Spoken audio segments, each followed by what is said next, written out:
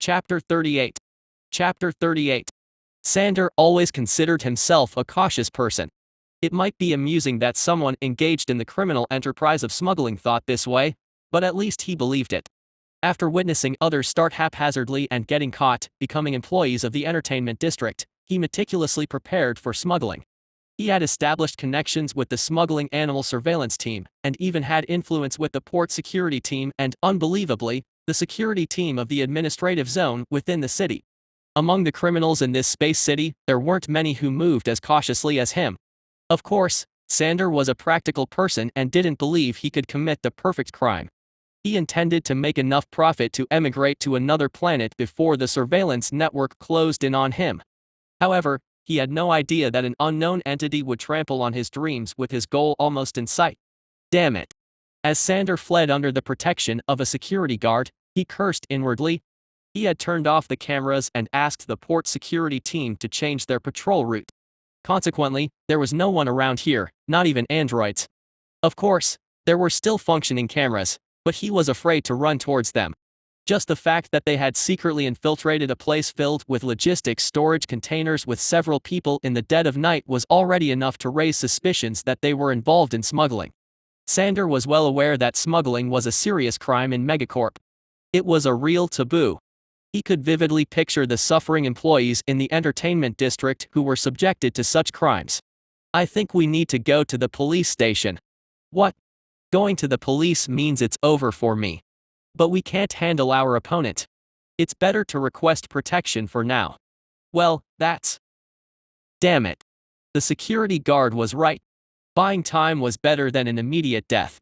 It seemed like it was time to see just how effective the credits Sander had been funneling to the Earth security team would be. One security guard stayed behind to watch their rear while the other two stuck close to Sander, moving cautiously. The police station was not far from the freight yard.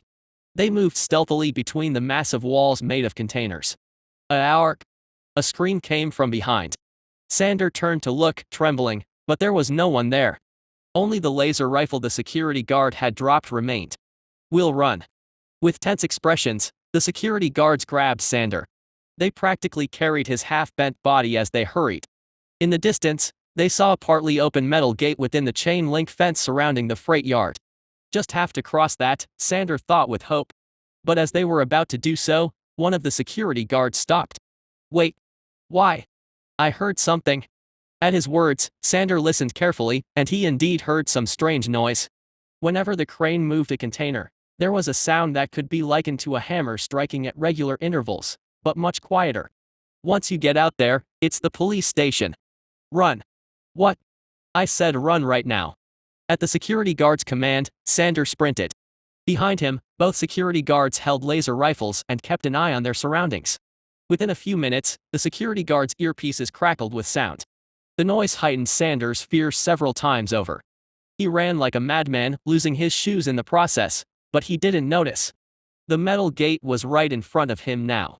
As he reached for the partially open door, he felt a slight, stinging sensation in his calf.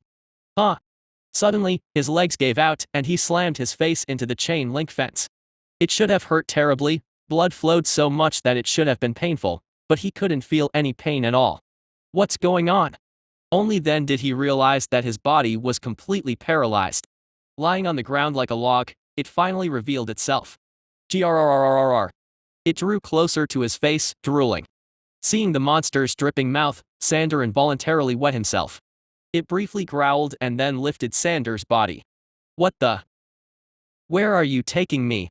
The place it took Sander to was where they had first met, under the container crane. It threw Sander to the ground. What? What's going on? Leaving Sander there, it approached a refrigerated container.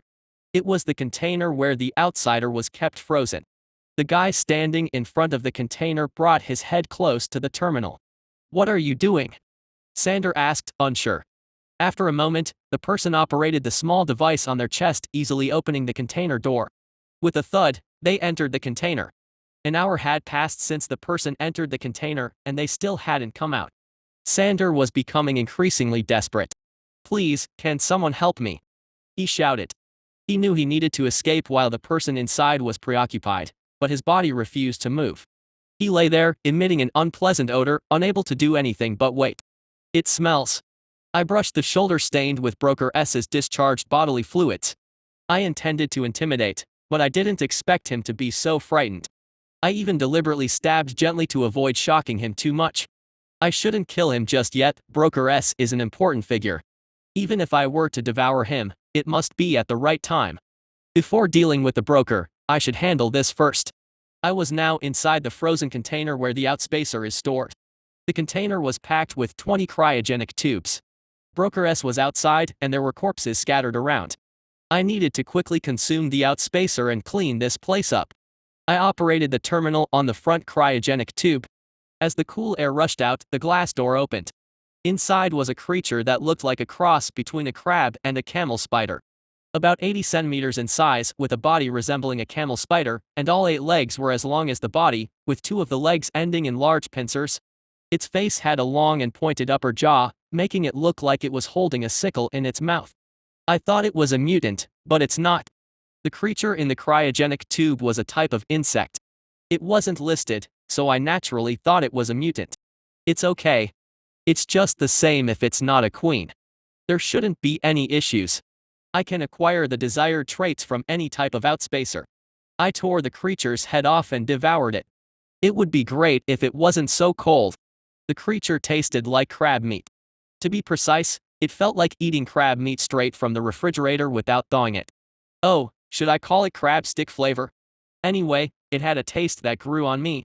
Since the insects were less than 1 meter in size, it didn't take too long to finish eating them. The first one is a miss. With 19 left, I diligently consumed the remaining outspacers. When only 3 remained, I couldn't help but feel anxious. It's not showing up often enough. I knew that the probability of the predation effect wasn't high to begin with, but if it hadn't shown up by now, I might have to give up and consider other options. Should I just spare Broker S? He came here for smuggling. Smuggling was a serious crime in Megacorp, so even if I killed all of his bodyguards, he couldn't go anywhere to complain. Moreover, it would raise suspicion if he did. But leaving a loose end would be a burden. On the research vessel, everything operated under the logic of convenience because it was essentially a ship. Predicting human relationships was relatively easy. But the city was different. I didn't know if the author had close relationships with anyone or possessed means to threaten me. I need to be prepared. In a way, I'm not sure how I've managed to survive smoothly up to this point. If it were a game, I should have died countless times in the situations I've faced. Obtaining the genetic essence from 20 creatures isn't an easy task either. Even though I ate more than 100 of the same creatures in the game, there were times when I couldn't obtain any genetic essence. Particularly when facing creatures like Galagon or Vortex 1, and the predatory effect didn't trigger, it was so challenging that I felt like giving up on the game. I've experienced situations like this in the game before. I assumed that nothing would come from the outspacer, so I picked up one of the remaining 3. I had consumed the animal, but once again, the predation effect didn't trigger. Now, there were only 2 left. I was on the verge of giving up. Should I just give the last one to number 26? If I ate 18 out of 20 and nothing happened, I had to consider it impossible. I bit into one of the 2 remaining creatures' legs with a sense of resignation. The crunchy texture and the juicy flesh inside pleased my palate, but my heart felt heavy. When I had finished eating all the insects, a miracle happened. Predation effect activated. Successfully obtained parasite genetic essence from outspacer insect. Extracted the parasite from the biological traits of outspacer insect. Would you like to apply the parasite? It's done. At last, when I got what I wanted, I couldn't help but cheer out loud. Parasite. Outspacers naturally carry various biological parasites in their bodies as a racial characteristic. Parasites are one of these pathogens and can infiltrate the host's body to control their movements. Of course, the outspacer's parasite only limits the target's actions to some extent. In terms of lore, it was impressive, but in the game, the outspacer's parasite was implemented as a debuff mechanic. Those affected by the parasite effect experienced limitations on their abilities or equipment usage. Actually, even just this feature is powerful enough, but getting the parasite changes the game. When combined with the contamination organ, you can create an enhanced parasite. As per the settings, it's possible to produce a parasite that can control other creatures.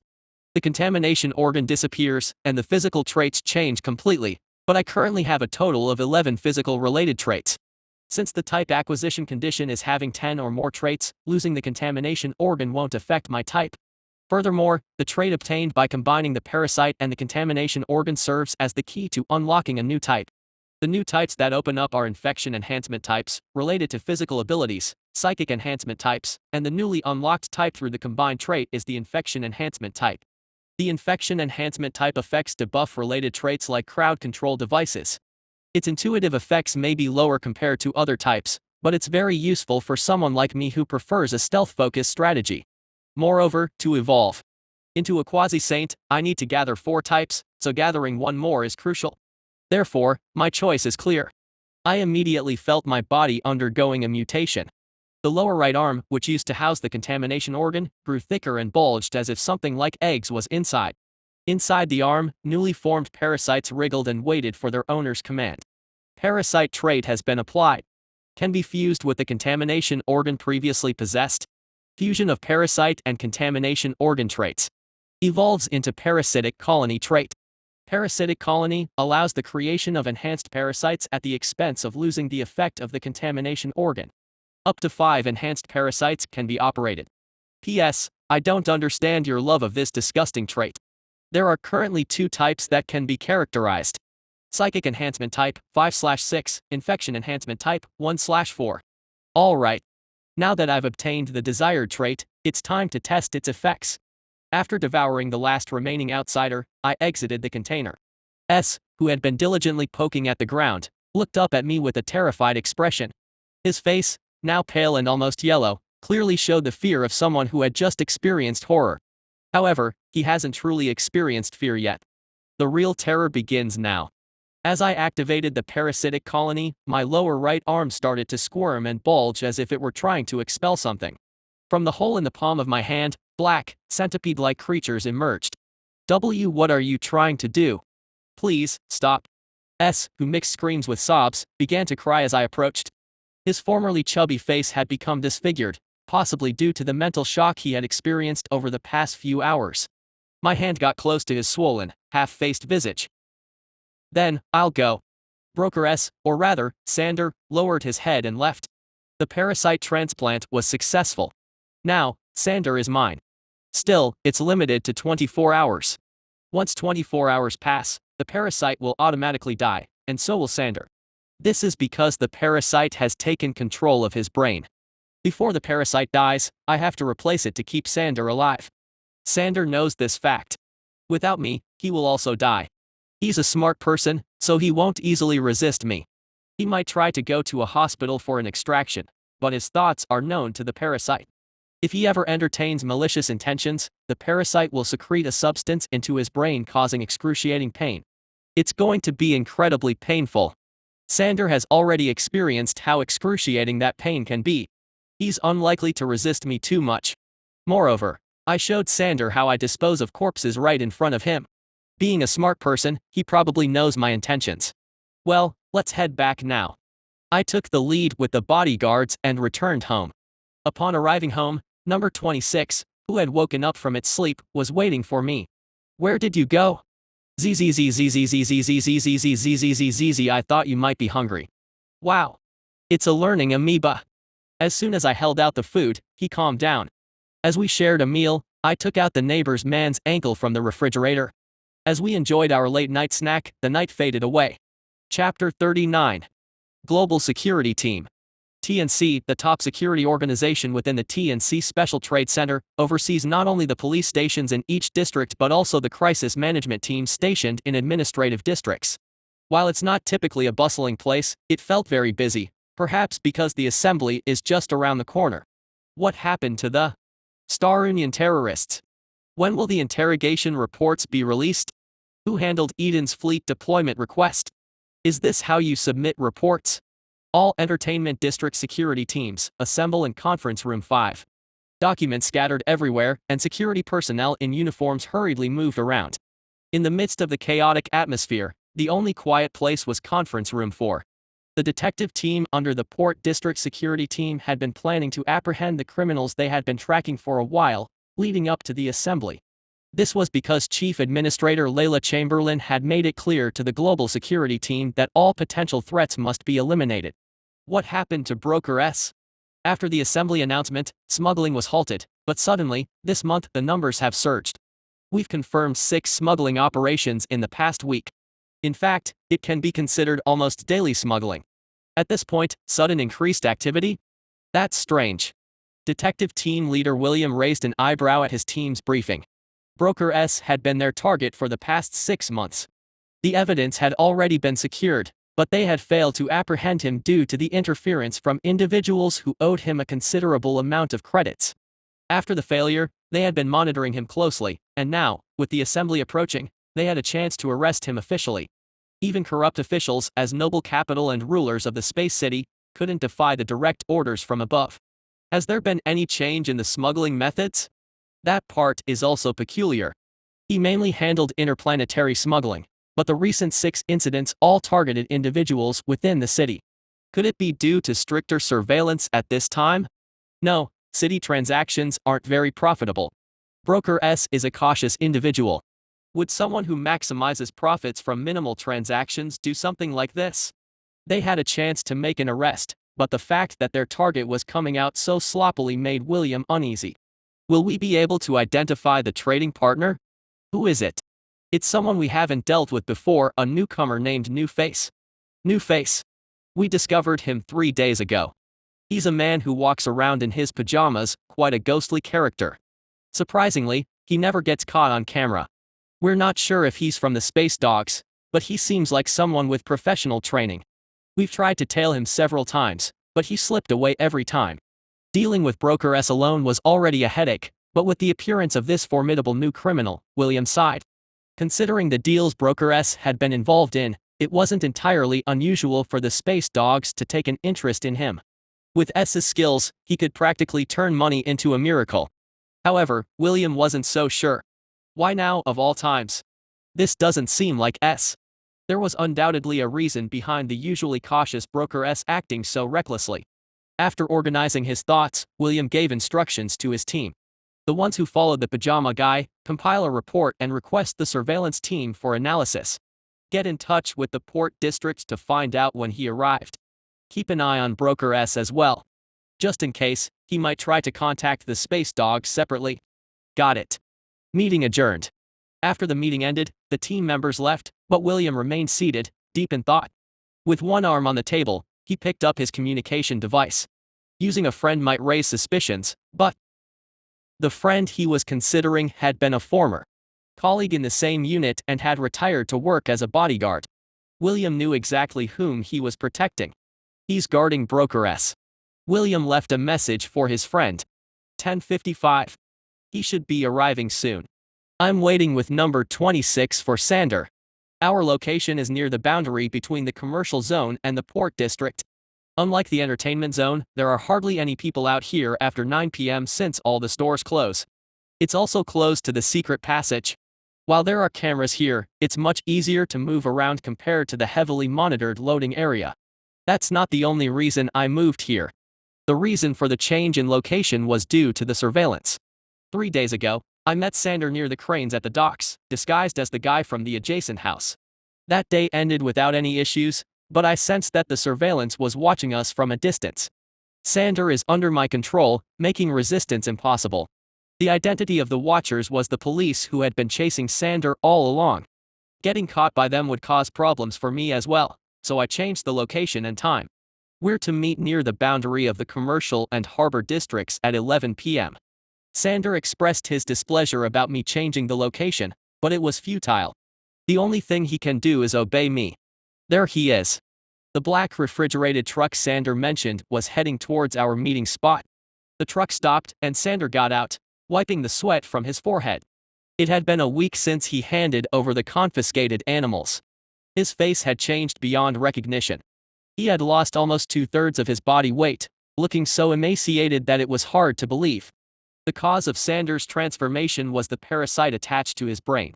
When implanting parasites in other organisms, you can specify the level of constraint, i.e., how much the host will be restricted. Level 1 is the weakest constraint, and level 5 is the highest. The parasite inside Sander is at level 4. This level signifies that the parasite will immediately restrain him if the host shows even a hint of resistance. Because of this command, he will be tormented by the parasite while eating, while going to sleep, and even while working. Obey me. Do not resist my will. Even in the game, if you get infected by a parasite, a message pops up. I had learned this by watching videos uploaded by players who had fallen victim to parasites.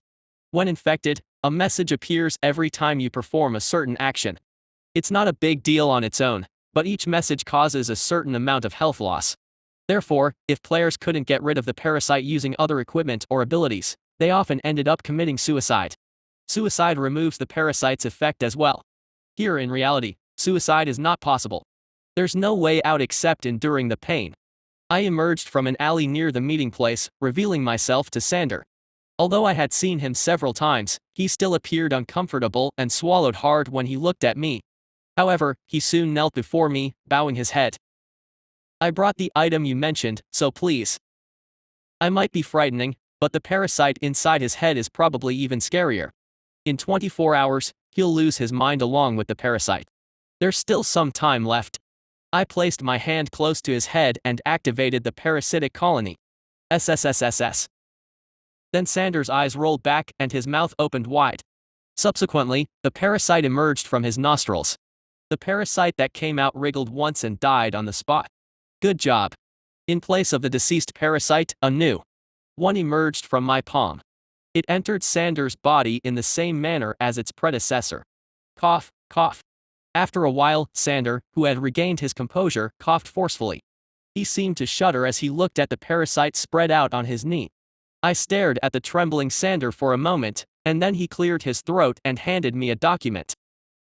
Ahem, it's a list of organisms. To examine the list more closely, I received the document that Sander, with his combat arm, provided. Sander shivered as my unseen arm took the document. ZZZZZZZZZZZZZZZZZZ, am I that scary? The big baby is cute. ZZZZZZZZZ, thanks. Yeah. I patted number 26 on my shoulder, expressing my gratitude, and handed over the document. Today, it's Plentrazade and Fairy Wing, right?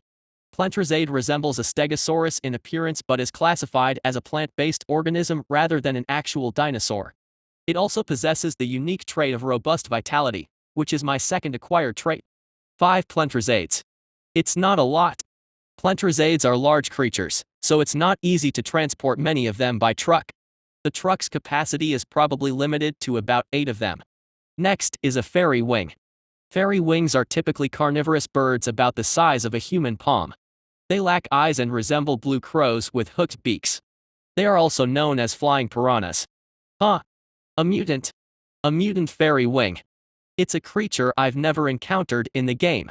It piqued my interest, but unfortunately, there was only one of them. If there were more, I might consider targeting their genetic material, but with just one, it's challenging. After reviewing all the documents, I pointed to the truck with my fingertips, and he quickly took out a handheld device. Here, I'll open it for you. When he operated the wireless terminal connected to the truck, the cargo compartment opened with a mechanical sound. It's chilly in here. ZZZZZZZZZZZZZZZZZZZ, do you want to stay here? No, I'm good. I was just thinking about my hometown. Since sea demons inhabit the deep sea, this level of cold might not bother them at all. Sander shivered, possibly from the cold within the cargo compartment or from fear, and stepped back. Then, I'll wait here. I left him behind and entered the truck's cargo compartment. Inside, made of alloy, 5 Plentrazades lay anesthetized. I lightly bent the steel bars and placed my foot inside the cargo compartment. Oh, I guess I don't need to open it. Sander began to speak to me belatedly but stopped when he saw my imposing presence. Should I kill them first before eating them? I proceeded to break the necks of the Plentrazades one by one. During the process, one of them, still not fully anesthetized, attacked me with its sharp, thorn-covered tail, but it couldn't pierce my exterior. It met its end as my combat arm crushed its head. Having cut off their lifelines, I tasted the flesh of these large plant-like creatures. It tastes like getting healthier. Although in the settings, Emorph is an omnivore, it seems to lean more towards carnivorous eating habits. The Plentrazade's meat had a somewhat grassy taste, which wasn't to my liking. Is it tasty? ZZ, no. Big baby needs to grow bigger, so eat it all. Number 26 is right. I have to evolve further, so I should eat everything like this. I forced myself to eat everything, but it didn't trigger the predation effect in these creatures. Well, it's a pity, but I'll have to wait for the next one. When I looked at the list left by the cyborg Raz last time, there were a total of 30 plentrosates. There are 25 left, so I hope to find something among them. I'll have a mutant fairy wing as a snack. Since it's a bird, I expect it might taste like chicken. With that in mind, I opened the freezer. However, I was taken aback when I checked the freezer's contents. Why? What's wrong? Number 26 asked from the side, but I couldn't respond. With blue skin and a body resembling reptiles, small wings on its back and horns on its head, not a mouth but long clusters of tentacles. It's a Galagon, isn't it? What was in the freezer was not a fairy wing, it was the hatchling of the Galagon, known as the space dragon, the blue Galagon. Chapter 40. In the world of space survival, there are over 1,000 non-playable species, based on what's known. While there are over a few hundred planets that players can explore, it may seem relatively small compared to other online games, but it can be considered relatively large. The in-game species have unique behaviors that correspond to their respective habitats. They are designed to reflect the traits of wild animals living in similar ecosystems, giving them a lifelike feel. For intelligent NPC species, players who enjoy the game can experience a high level of realism based on specific cultural motifs. However, space survival is still a game, so not everything is entirely realistic and exceptions exist. For instance, the Galagon. Inspired by the dragons of mythology, Galagon exhibits quite different behaviors in many aspects compared to regular creatures. Actions like collecting various treasures and artifacts in their nests or using powerful psychic powers to destroy cities near their nests are far from the instincts of ordinary animals. One of these Galagon's unique characteristics is their intense affection for their offspring and their kind. Galagon prefers to live in groups, much like lions. A Galagon group typically includes 1 male and 7 to 8 females, with the weakest presence, the blue Galagon, receiving protection from the entire group. In the game, this setting is implemented as the blue Galagon's unique ability, summoning its kin. In the lore, Galagons are connected through their unique psychic powers, allowing them to call each other even if they are far apart. In the game, this connection is represented as a summoning technique, allowing the blue Galagon to summon its group members at will. As a result, the blue Galagon itself is quite weak, but due to its association with other Galagons, it becomes a challenging prey.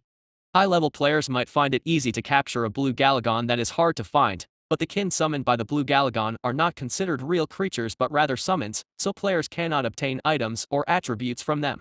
To be honest, it's because of that, I tend to catch more of the green Galagons or white Galagons than the blue Galagons. In amorphs terms, the summoning trait disappears from the green Galagon and above, corresponding to the metamorph category. Of course, that doesn't make them easy opponents by any means, but compared to fighting other Galagon groups, it's much better. Anyway, according to the in-game settings, I am currently in a very serious danger. The creature in front of me definitely looks like a blue Galagon. But it's quite small, isn't it? Even though blue Galagons are not small, they are more than 2 meters, but this one is barely over 50 centimeters, a size that could be mistaken for a fairy wing if you don't know the Galagon species. I wonder how it got caught. If I were ordered to capture a blue Galagon and bring it back alive, it would be an impossible task for me. There's something I don't know. A blue Galagon is not a creature you can easily smuggle, even for a common criminal. Unless it's a higher cartel of space thieves or a power beyond Megacorp's prime capital that helps. Someone is trying to destroy the special trade hub. For a Galagon group, it's not difficult to destroy this place, the T&C special trade hub. If it were a fortress-like space station with multiple fleets stationed, it could be defended, but this place doesn't have particularly strong military power. There is a defense fleet, but it's not capable of stopping the enraged Galagons. I called Sanders to understand what's going on. Yes, did you call, sir? Do you know what this creature is? Isn't it a fairy wing? When I asked in the neighbor's voice, Sanders seemed clueless about what's wrong. Galagons are rare creatures, so he might not know. In the game, players who directly encounter each other are a small minority, and lower-tier users often come across screenshots and videos posted in the community. Most people here probably have no idea about the existence of Galagons. Who's the one who smuggled this creature? Oh, as far as I remember, it was Jade.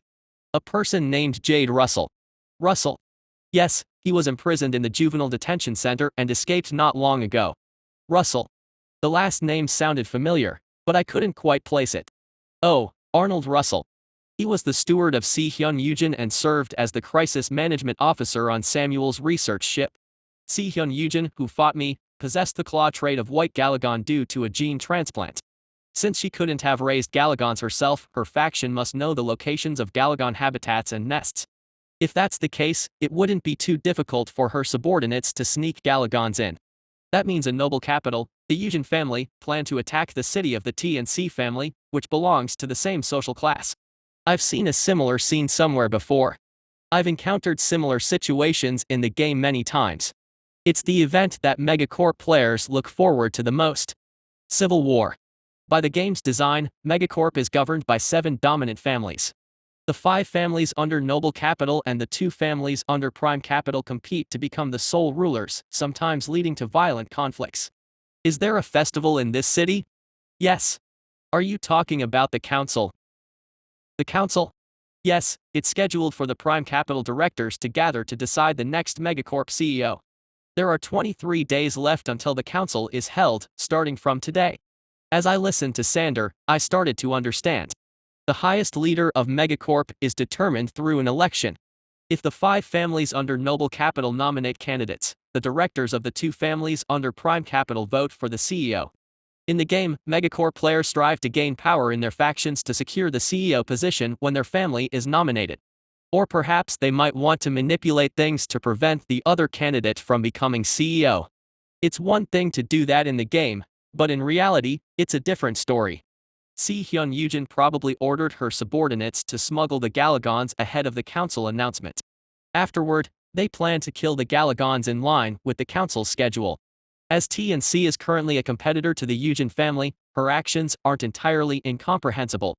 Anyway, she's already dead. There were 23 days left until the council. Jade, who is supposedly missing, is likely hiding somewhere in the city, planning to kill the blue Galagon on the day of the council. His owner is already dead, but the execution of the plan is still uncertain. What should I do? Releasing the Galagon now isn't ideal, but eating it isn't a good solution either. Galagon's traits are highly desirable, but the timing is crucial. If it weren't for the council, I would have eaten it and fled to another planet immediately. While contemplating, the frozen blue Galagon's tail suddenly twitched. Hey, baby, it's moving. Zzzzzzzzzzzzzzz, I saw it too. I hurriedly tried to close the freezer, but the Galagon opened its eyes. Ah! The violet, shining eyes scanned the surroundings before coming to a halt on my face. Then, the little creature started trembling. Oh no. I quickly picked up number 26 and held it in my hands. Fear. Despite its young age, the Galagon's powerful psychic wave passed through my body. Thanks to my psychic resistance, I wasn't harmed by the psychic wave. Number 26, under my protection, also didn't experience any significant shock. Ugh. Unfortunately, Sander, who had no protector, couldn't withstand the Galagon's psychic attack. He trembled as if electrocuted and then fell unconscious. Zzz, stay calm. Black. Darkness. Fear. Death. Zzz, not harmful. The creature halted its psychic attack at my words. It wasn't a lie. I couldn't kill it right now. If I plan to capture and consume it, I'd need to wait for an opportunity to escape this city first. You. Adult. Trust. Calm. In a way unrelated to my inner thoughts, it seemed like the creature had placed its trust in me. The Galagon's psychic waves had changed from the electric guitar-like sounds they were a while ago to gentle, calm ripples. An adult. In the game, Galagons communicate exclusively through psychic waves, so they convey words or concepts to communicate. Based on the words it used, it seemed to consider me the adult of the group. Is it because of this? I pondered the monster's tentacle extending from the back of my head. While the location was different, it looked just like the white Galagon's tentacles in terms of appearance. Come to think of it, is it because of the monster's tentacle that we can communicate? In the game, Galagons sometimes speak to players, but the reverse, where players speak and Galagons understand, isn't possible. It seemed like the tentacle granted me the ability to communicate with it. Anyway, this little one seems to think of me as a white Galagon. For now, I decided to take advantage of its misconception. I questioned the creature, which now appeared more stable. Zzz, why did you come here? I. Mutant. Hometown. Exile. The creature unexpectedly responded. Exiled because of being a mutant? As far as I know, among the Galagons, there are variations, but they are slightly different from mutations that occur among regular organisms. Variations were Galagons that excessively consumed psychic powers and transformed into grotesque monsters, leading to their rejection by their own kind. You could think of them as fallen dragons, like those commonly seen in myths and other media. But it doesn't seem like a variation. If it were a blue Galagon, being a child, there would be no reason to excessively consume psychic powers. Given its much smaller size compared to its kin, it seemed like it had been exiled due to a mutation, as it claimed. It seems like Si-Hyun's subordinate was up to some mischief. If this creature has been exiled from its homeland, their plan is effectively null and void. Wait, does that mean I can eat it without a problem? The ability to call its kin was probably still present, but if it didn't come when called, there was no need for me to capture and consume it. The creature sensed the change in my demeanor and quickly transmitted its psychic thoughts. Survival. You. Promise. In return. Treasure. If I spare you, you'll give me a treasure as a reward? To a morph, genetic essence and relic equipment are the most important treasure. When I showed disinterest, it spoke again. Memory. Dragon's nest. You. Guidance. Possible. In response to that, I lowered the tail that had been poised to strike. It claims to know about a dragon's nest. I didn't need a treasure, but a dragon's nest was a different matter. Ever since I became a pre-saint, it was a must to capture Galagons. It was both a condition for evolving into a quasi-saint and to obtain rare traits. Dragon's nests were the optimal locations for Galagon gene farming as they were the habitats of Galagon communities. Information about a dragon's nest is premium knowledge. I pondered over the two potential rewards. Now that the risk of summoning kin had dissipated, there wasn't much harm in eating the creature. Given my current situation where I lacked psychic-related traits, consuming it wasn't necessarily a bad idea. Of course, there's no guarantee that the predation effect will trigger. Conversely, if I didn't eat it and kept it with me, I could gain information about the dragon's nest. I wasn't sure how it knew about the nest, but Galagons were known not to lie. In other words, the creature's words are true. The creature seemed to leave the choice to me and waited quietly. It showed no signs of resistance or alternative thoughts. Kill it or spare it? My tail swayed back and forth, mirroring my conflicting feelings. After several minutes of contemplation, I made a decision. Chapter 41. X1. In a garden lush with foliage, Si-Hyun Yujin was seated. She gazed blankly at a small bird perched on a tree, chirping away.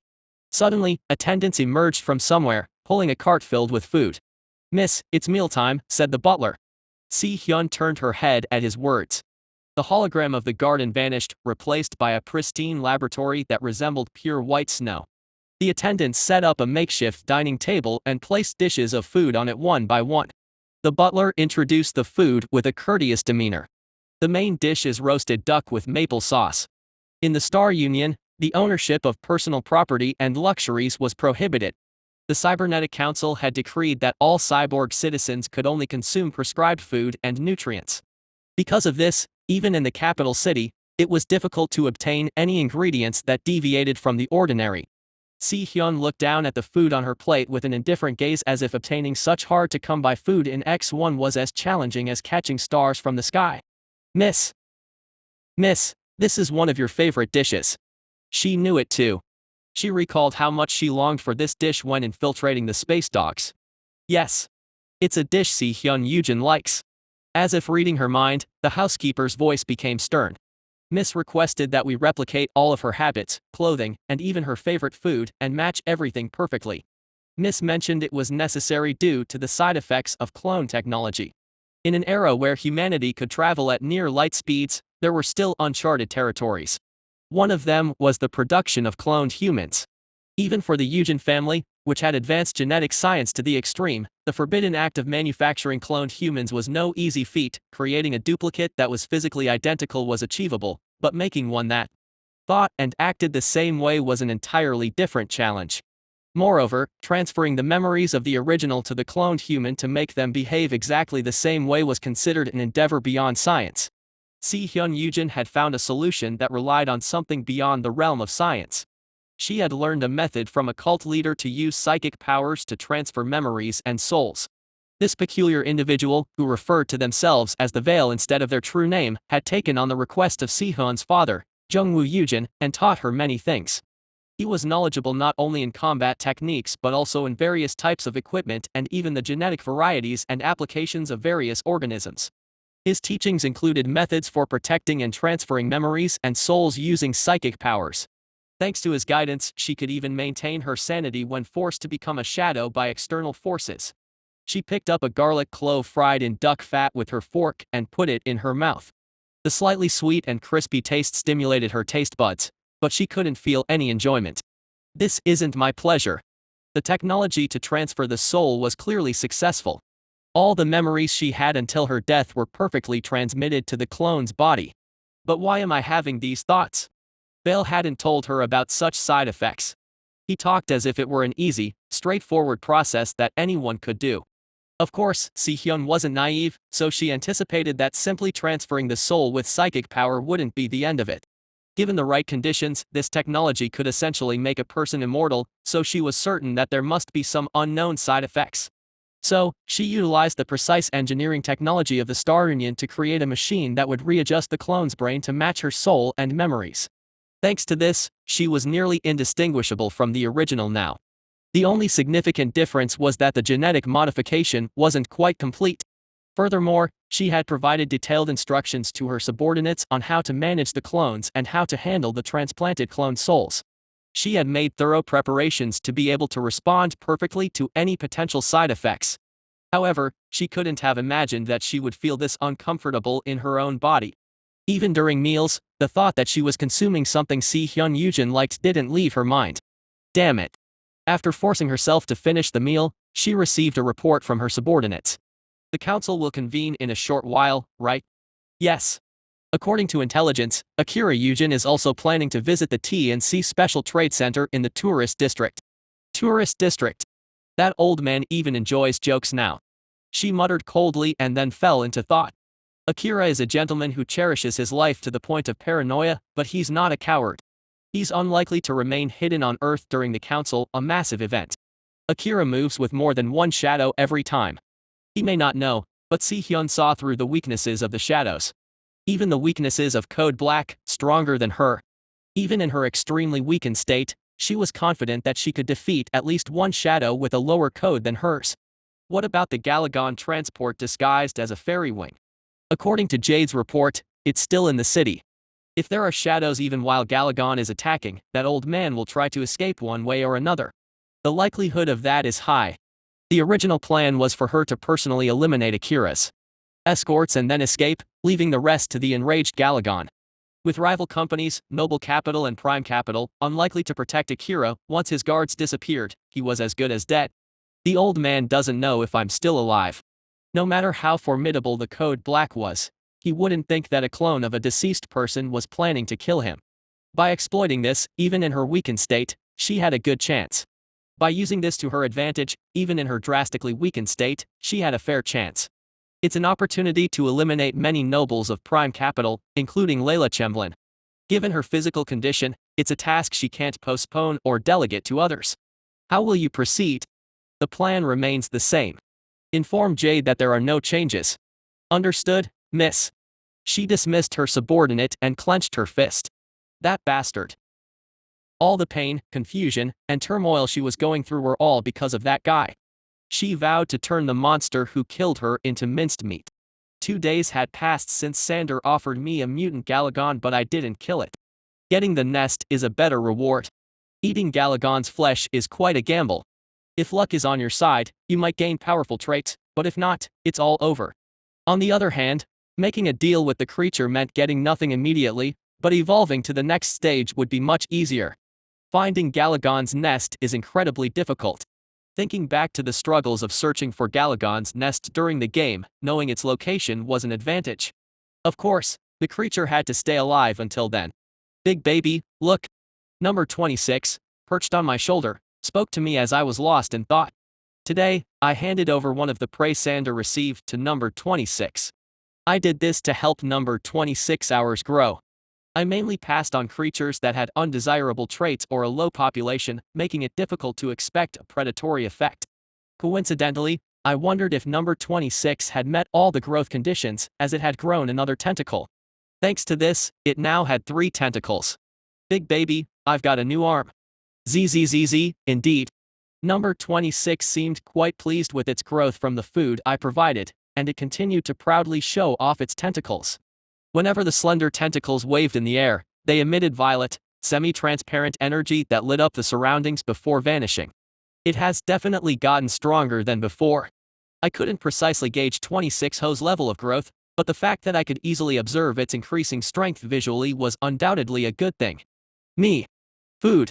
Thanks. ZZZZZZZZ, it wasn't me who provided it. Young adult? Thanks. The Galagon perched on top of my head, and Adha expressed gratitude to number 26, the one who had provided the food. The Galagon introduced itself as a member of the odd pack and asked me the name of my pack. However, I didn't belong to any particular pack. The Galagon had pledged to serve me, an adult, and since I didn't belong to a pack, its name automatically became Adha without the pack's name. We also have to protect the little one. On my shoulder, number 26 glowed and expressed joy along with ripples. The sight resembled a child puffing up their chest, and I couldn't help but pat Adha and number 26 without realizing it. In the game, there was nothing like this. It was a fascinating and intriguing change. The outsider race, the Amoth who survived, hunted, and evolved on their own, now had 2 companion creatures. What's more, the creatures I was with were Galagons and sea demons, which couldn't be tamed in the game.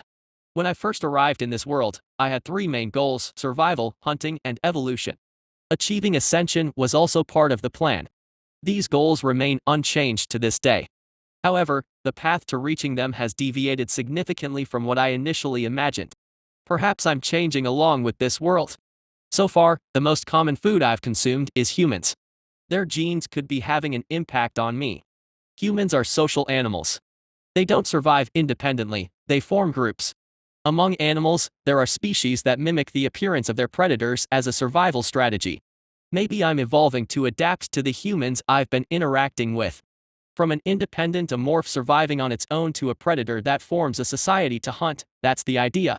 While pondering such thoughts, I quickly approached the residential area. I slipped out of the secret passage and made my way through the surveillance network to enter the building.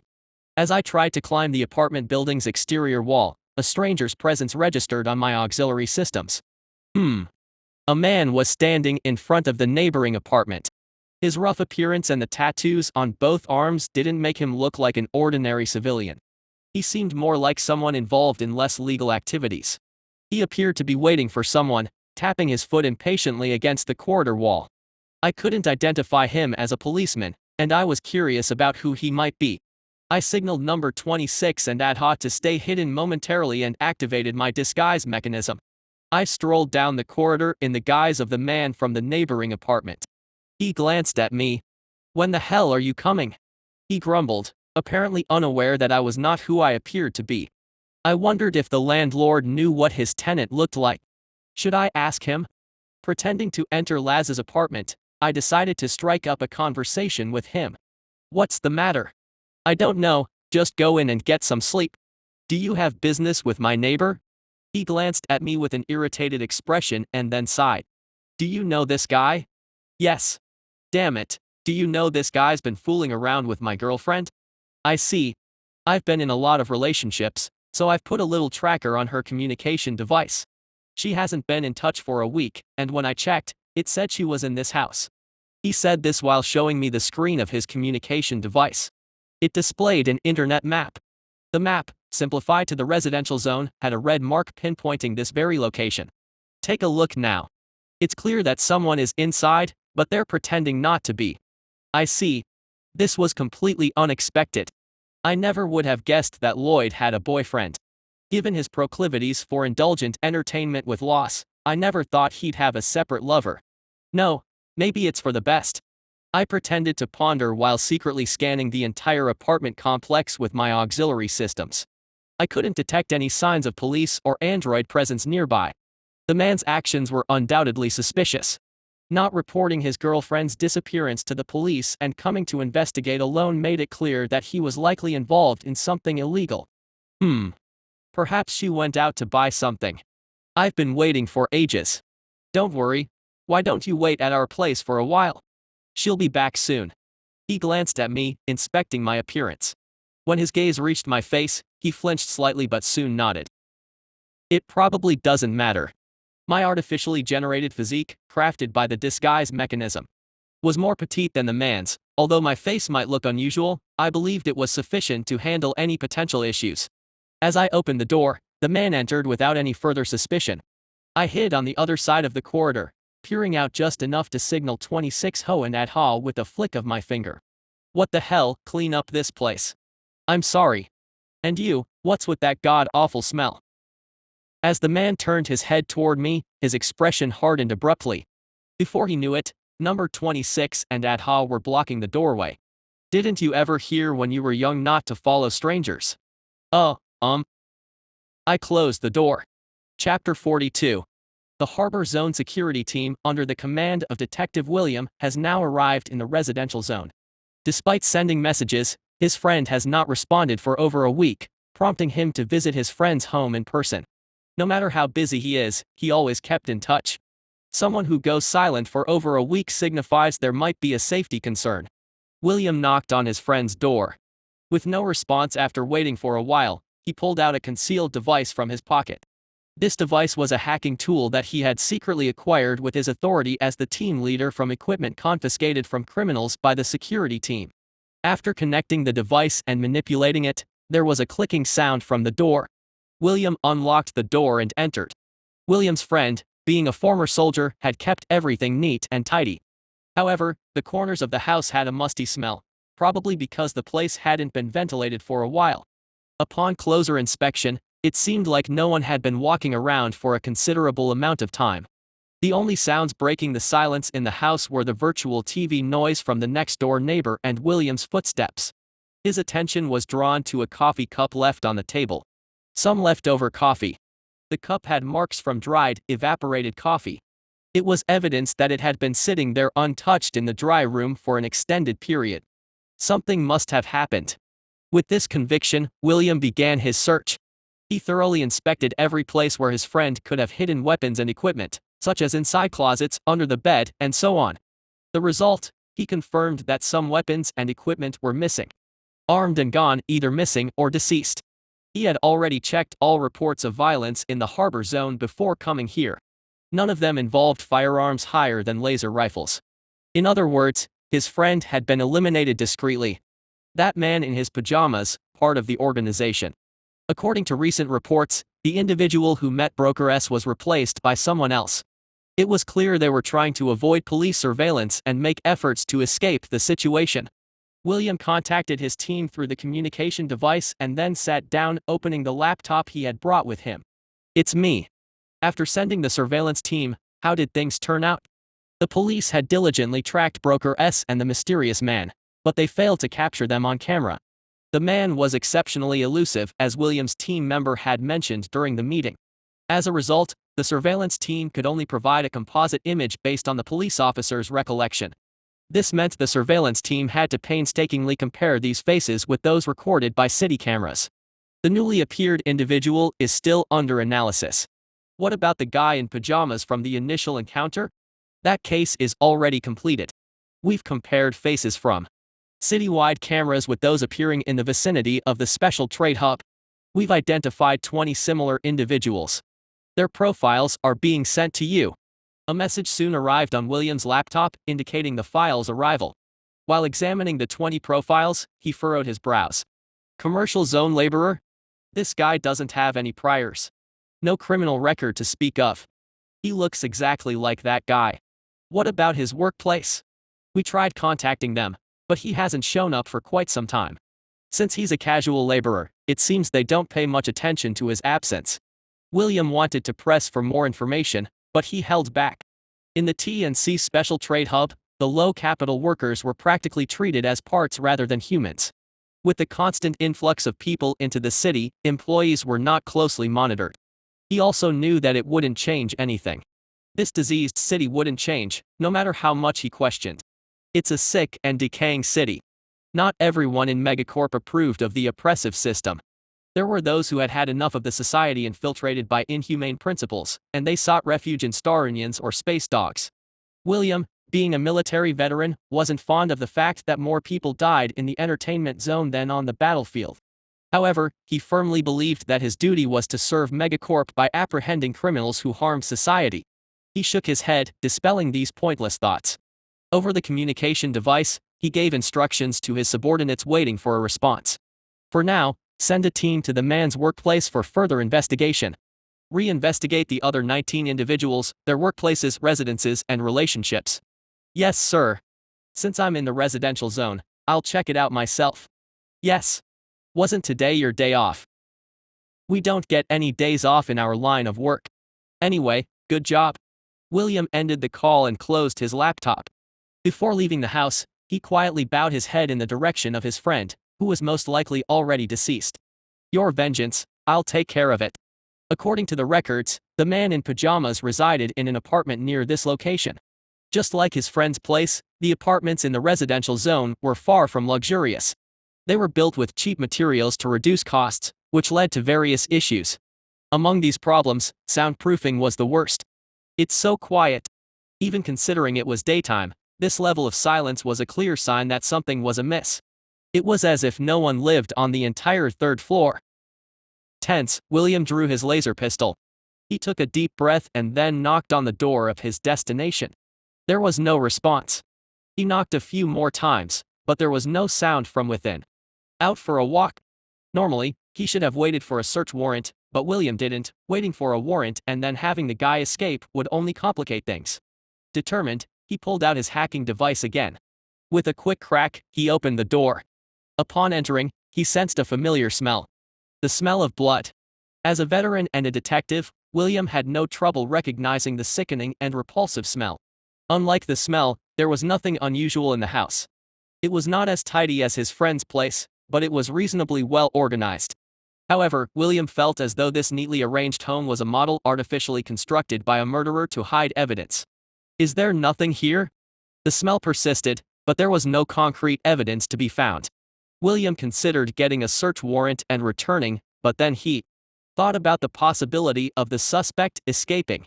With resolve, he pulled out his hacking equipment again. He opened the door quickly, and as he did, William caught a whiff of the familiar scent. Nobody here. In its place, dried bloodstains were the only things that stood out. William hastily left the house. It's me. I found the person collaborating with Broker S. The location is. His urgent communication finally spurred the Harbor District Security Team into action. Pre-Saint Quasi-Saint evolution conditions partly have been met. Conditions: transformable species 2/20 incomplete, humanoid species 12/20 incomplete, psychic power using species 0/20 incomplete. Predation effect activated. Successfully obtained Predator's Claw genetic essence. Extracted the Predator's Claw from the biological characteristics of wolf. Would you like to apply Predator's Claw? Oh. Except for when I met Sander, I had been feasting on the residents living in the apartment. I had just finished a meal in the last apartment on the third floor, and for the first time in a while, the predation effect appeared. At this point, acquiring a trait felt like a celebration, as if a text box had sent me a cake. Predator's Claw. As the name suggests, it strengthens the claws to be helpful in close combat. There aren't any special additional effects, but traits of this kind usually don't receive negative evaluations. It's fortunate, considering the lack of physical-related traits. Currently, I have a total of 10 physical-related traits, as the contamination organ became a material for the parasitic colony, but I need 13 to utilize the transcendent system. So, I just need 2 more from now on. I accept. Upon accepting, my combat arm transformed with a noisy collision of bones. The fingernails, like razor blades, attached to the forefingers became thicker and longer, now resembling a giant hand axe. However, their sharpness hadn't diminished and they seemed capable of slicing through a person's body like cutting fruit. As I completed the mutation, a text box appeared before me as if to report something. Race: unidentified aggressive space morph. Status: pre-saint. Objective: survive, second evolution successful. Possess traits: physical related, apply type, wings, chitinous exoskeleton, regeneration, fusion, neurotoxin glands, fusion, reinforced exoskeleton, acidic blood, enhanced reflexes, mimicry, serrated tentacles, contamination organ, spine projectile organ, predator's claw. Psychic related, predator sense, fusion, human nature, monster's tentacles, and clairvoyance, psychic resistance. Infection related, parasitic colony, fusion. Type, physical enhancement type. Good. Evolution was progressing smoothly. The evolution conditions were slow but steadily filling up. Lloyd's boyfriend, 9 bodyguards, excluding the leader and Kate, and including the 3 humans I've eaten from the 3rd floor in the last few days, that makes a total of 12. The man from the neighboring apartment and the head of the security guards were killed by me, but they didn't count towards the evolution conditions because I shared their corpses with number 26. So, the humanoid race was counted as a total of 12. Wolves, I've eaten 2, including today's. There are many playable intelligent species that can transform besides wolves, but I'm not sure if you can find them in this cosmic city. Since wolves are the most common, they will probably fulfill the evolution conditions when I eat all of mine. Once I eat all of my wolves, I'll fill more than half, and dealing with humans will be enough to complete the conditions. Once other conditions are completed, I'll need to prepare to eat the cult next. As both the acquisition of psychic powers and the evolution conditions are intertwined, hunting the cult is currently the most important element for me. Still, it's fortunate that I have psychic-related traits, like the monster's tentacles. According to the setting, the cult believes that their kind has been chosen by a higher will to freely wield psychic powers. So, species that can't use psychic powers are considered as mere monkeys by these arrogant folks. Of course, it's not entirely unjustified given that psychic powers are incredibly potent abilities, especially in a fight against someone other than me. When I fight them, it's best if they remain complacent. Their arrogance is an advantage for me. They underestimate the threat even when I attack them. Hunting the cult isn't an issue, but the location is problematic. The cult is most densely concentrated in the administrative zone, but launching an assault there without proper preparation is not easy. While secret passages are connected, there are many cameras around manholes, making it impossible to move stealthily as if traveling to another zone.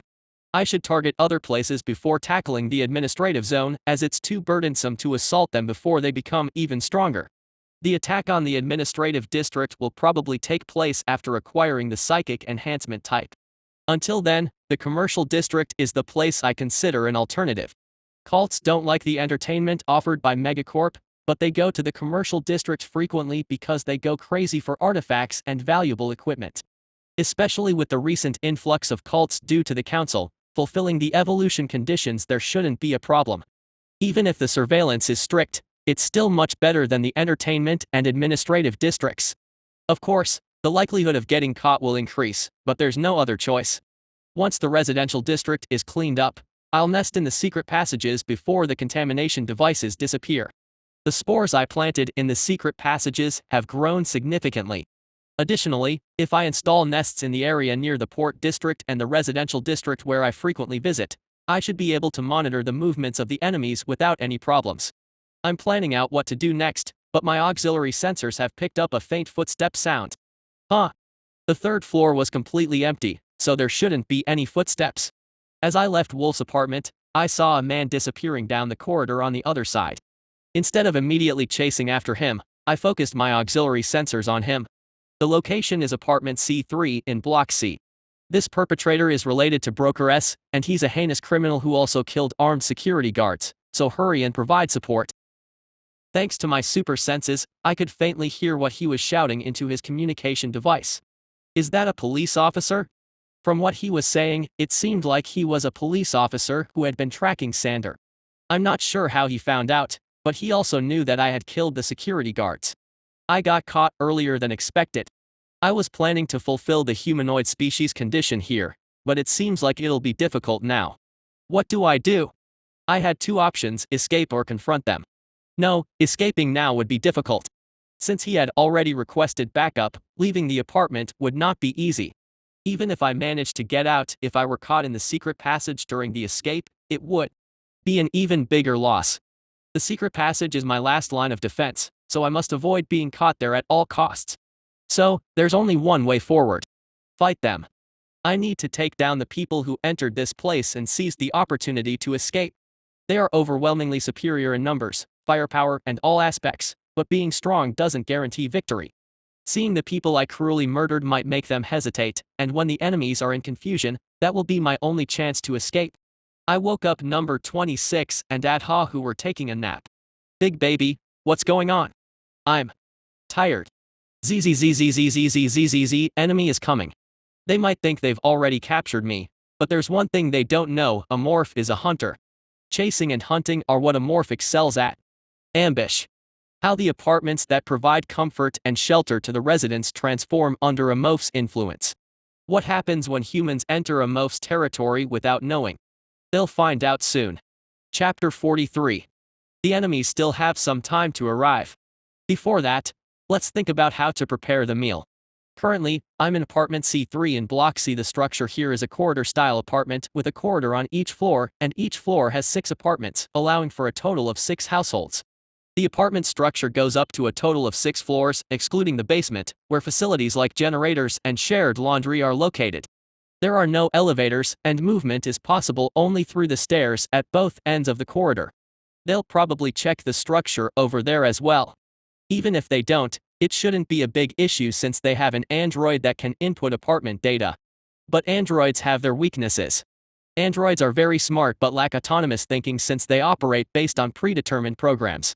For example, if you tell an android to guard a building, it will easily eliminate anyone trying to approach or attack from a distance. However, they can't properly handle unconventional attacks like planting a bomb underground or bombing from the sky. In fact, when I melted the cooling system of the pirate ship with acidic blood, the android didn't recognize it as an attack. Human intervention can compensate for the android's lack of thinking ability.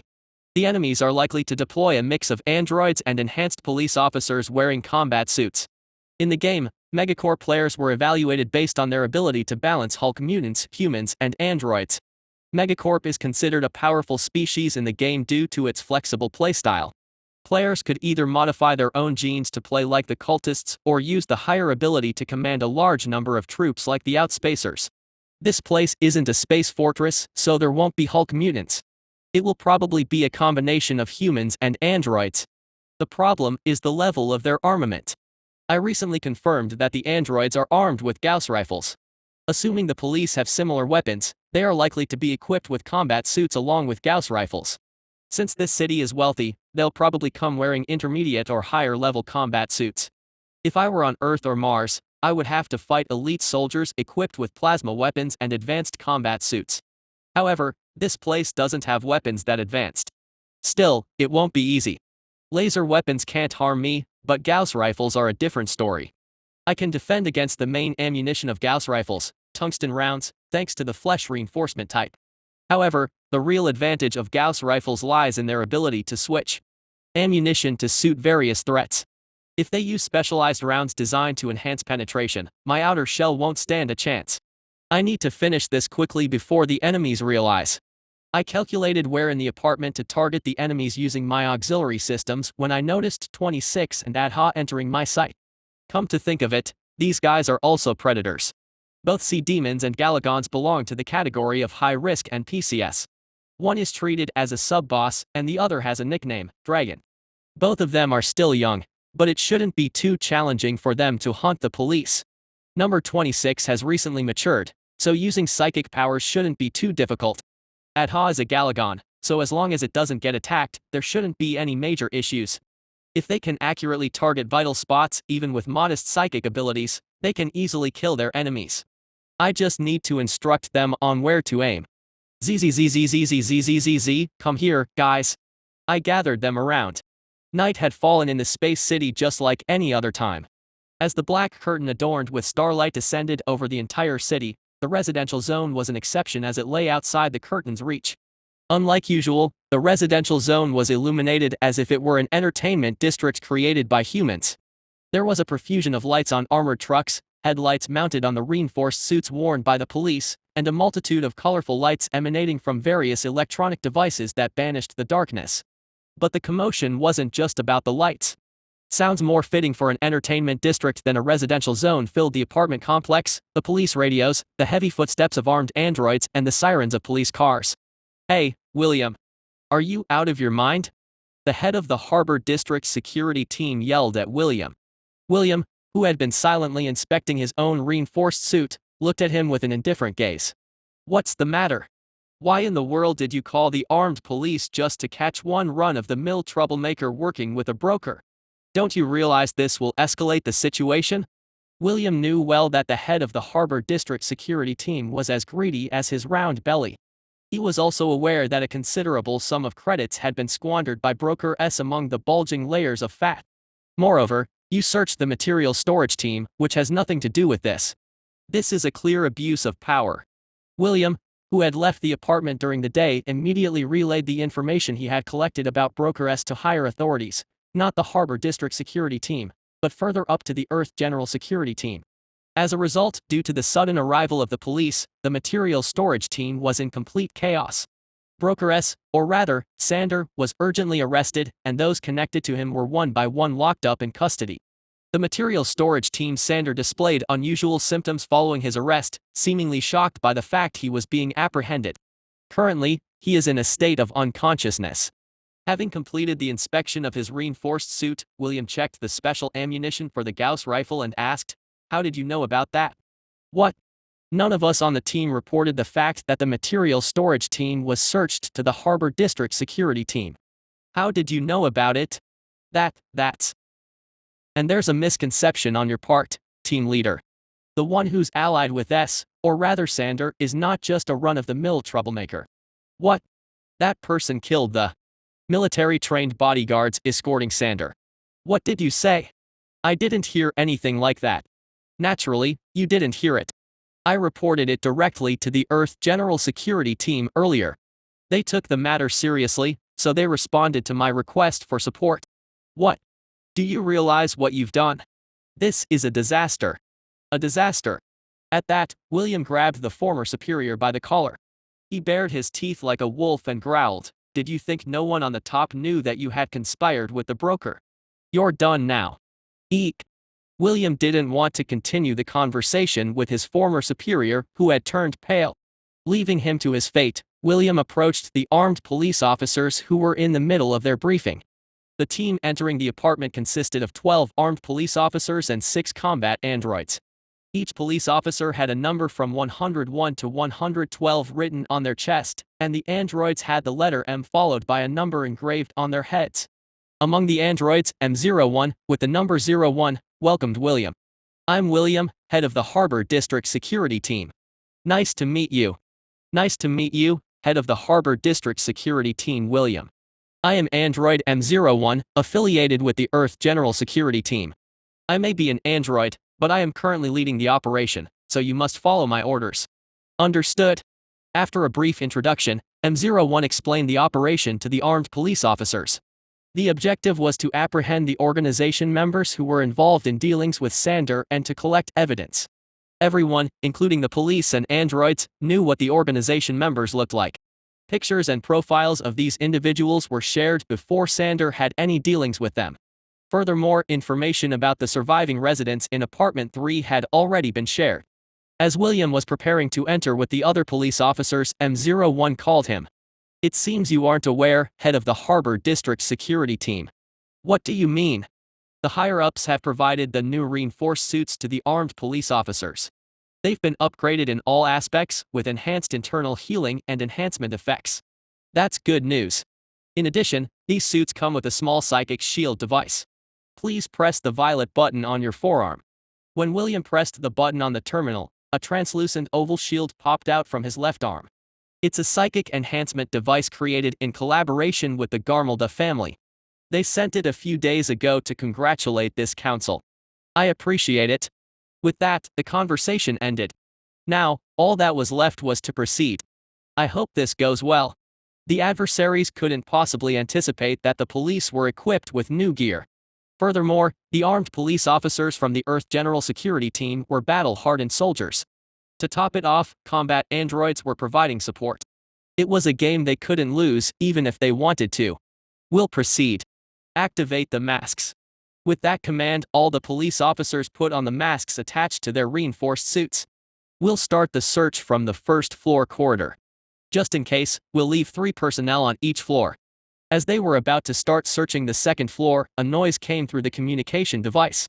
Kai, Chijik, here. Over here. Ugh. Chijik. M06. What's going on? One android lost contact. Which location? Apartment 105 on the first floor. M04, who is on standby on the first floor, please check immediately. 111, I'll check. M01 gave calm instructions without panic. Shortly after, a transmission came from M04. M04 reporting. M06's power unit is destroyed. Do we have information on the attack method? M04. It was destroyed by strong physical force. Detailed analysis is required. William felt something was off with this information. Clearly, the first floor had been thoroughly searched, including him, 13 people, and 6 robots. There shouldn't have been any hidden spaces for the enemies to sneak into unnoticed. Please report any unusual findings. We'll continue the search. 111 understood. M04 confirmed. As they were about to resume the search, the officer designated as 101 suddenly stopped in his tracks. 101. He stood frozen in place as if his body had been forcibly immobilized. Then, his head began to turn slowly. Observing this familiar sight, William shouted, "Crazy! Psychic pow!" Before he could finish, the officer's neck made a snapping sound as it turned 360 degrees. The police officer, with a completely broken neck, collapsed to the floor like a broken doll. It's an attack. All armed police, activate the psychic shields. Androids, be on guard. Arg. At that moment, a scream came from behind. William quickly turned his head and saw the foot of the police officer designated as 112 hanging in the air. Some unknown force was coming down the exterior wall of the apartment, dragging the police officer with it. Open fire. Seeing this, the police officers and androids began to open fire fiercely. However, the assailant didn't pay them any mind and continued to drag the police officer away. William and the armed police officers pressed against the corridor wall and looked up, but all they saw was the pitch-black void. The abducted person is Officer 112. We'll check. 112, please respond. Chijik, aorg, chijijik, chijijijijijik.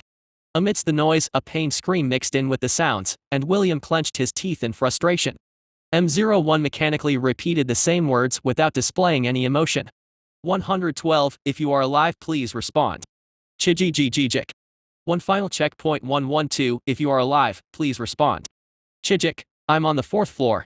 That guy took me. 4th floor, confirmed.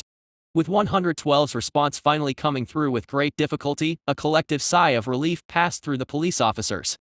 Everyone empathized with the fact that 112's life hung by a thread, but being alive was better than the alternative. We'll split into 2 teams. 102 to 105, along with the chief and me, M02, will search the 2nd floor.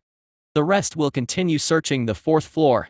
Within less than 30 minutes of entering the building, 1 police officer and 1 android had fallen victim, and another officer's life was in jeopardy. Despite the challenging situation, thanks to M01's command without a hint of hesitation, the atmosphere did not worsen. However, unlike the other police officers, William found it difficult to shake off an inexplicable sense of unease. Could it be that it was a mistake to bring only the police here? Such thoughts began to creep into his mind. It wasn't because he was a coward, it was something else. When 112 was taken, he had seen it clearly. The one holding the officer had 4 arms. Chapter 44. This is an unfamiliar enhanced suit. I looked down at the lifeless body of Officer 112. It seems to be an upgraded suit. The defense has significantly increased compared to before. If I were in an unenhanced state, it would have felt quite heavy. Even when I tore through the chest with my nails, it was surprisingly sturdy. Furthermore, it had additional features like a full-face gas mask attached to the helmet. And a psychic power-resistant shield, elements not found in intermediate-level suits. It's a basic intermediate-level suit with a few advanced-level suit options added. Advanced-level suits boasted significantly superior specs compared to intermediate ones, making them considerably more expensive. It's close to half the cost of plasma equipment, so it could be seen as quite pricey. They seem to be developing cost-effective advanced-level suits. In the game, Megacore players had plenty of credits, and they didn't need to worry about the lives of mercenaries. However, in the real world, equipment for protecting living soldiers would continuously evolve in response to new weapon developments. Of course, being a budget version, the shield attached to this suit was likely far less effective compared to the shields on high-level suits. Still, it should be adequate to block even the standard rounds of Gauss weapons. For an ordinary person who can't afford cutting-edge weaponry, a shield like this should suffice. Looking at it this way, it's safe to say that the enemies are well prepared, even if the shield is not as advanced as high-level suits. If the opponent were an ordinary human, we would have easily won. Well, that's if they were truly ordinary humans. After all, they were after Sanders, and now they've come after me as well. They likely consider me to be some sort of spy for the space dogs or a smuggler. Before they entered the apartment, Sanders might have been arrested, leading to retaliation against me, the apparent parasite. Well, using Sanders is no longer an option. I'll need to find another broker or take advantage of the chaotic situation to discreetly raid the harbor district. If I implant a new parasite in this apartment before leaving, finding a broker won't be all that difficult. But on a side note, these guys fight better than I expected. The ones who successfully took down the intruders in the apartment weren't me but number 26 and Adha. Before the police entered the apartment, I had instructed number 26 and Adha on the weaknesses of both androids and humans. The power source location of the androids, their lack of autonomous thinking, the fragility of human heads, and so on. As a result, Adha managed to take down one android on the first floor, while number 26 killed one of the police officers on the second floor. Adha clung to the ceiling. It hung from the ceiling and waited until there was only one android left. Currently, the android assumes the enemy to be human. Unless it was a special species like a wolf or an insectoid, it was impossible to hang from the ceiling. So, the android didn't consider anything on the ceiling, and it had no choice but to succumb to Adha's psychic attack, the psychic impact, without resistance. Psychic impact was considered the lowest level psychic attack technique, but it could still inflict significant damage on opponents without psychic resistance. If the target was accurately aimed at, it could even destroy the power source of an android. If the android had a shield, Adha would have failed. If the android had prepared even slightly for psychic power attacks, Adha's attack would have failed. Psychic impact could be easily blocked even by those with psychic resistance.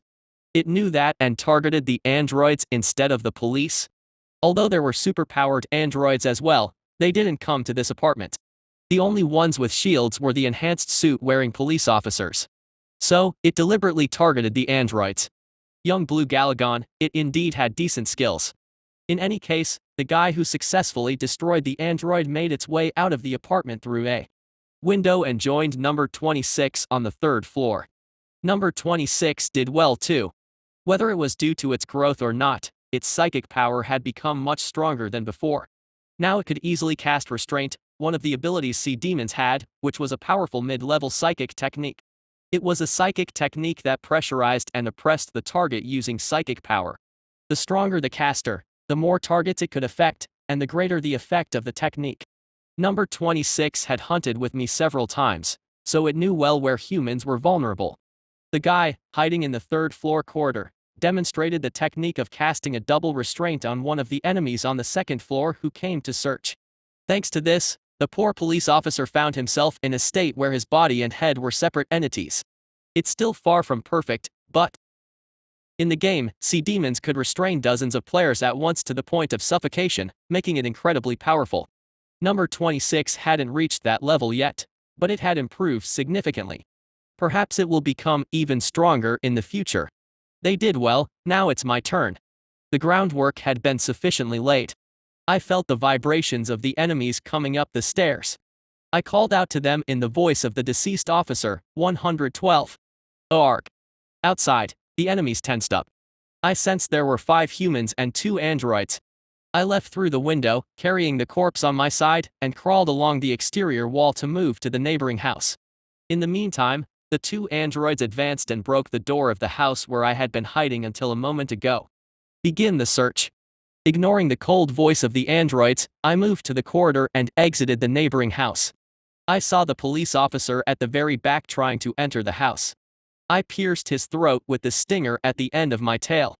Silently, I caught him as he fell to the ground and then climbed up the corridor wall to the upper floor.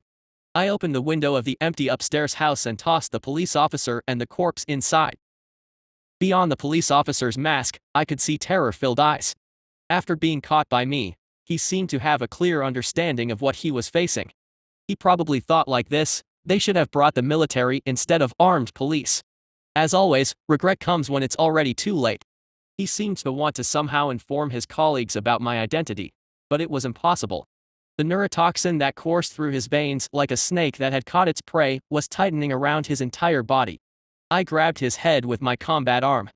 He sent me a pitiful look as if he had an intuition about what I was about to do. Unfortunately, I can't grant that wish.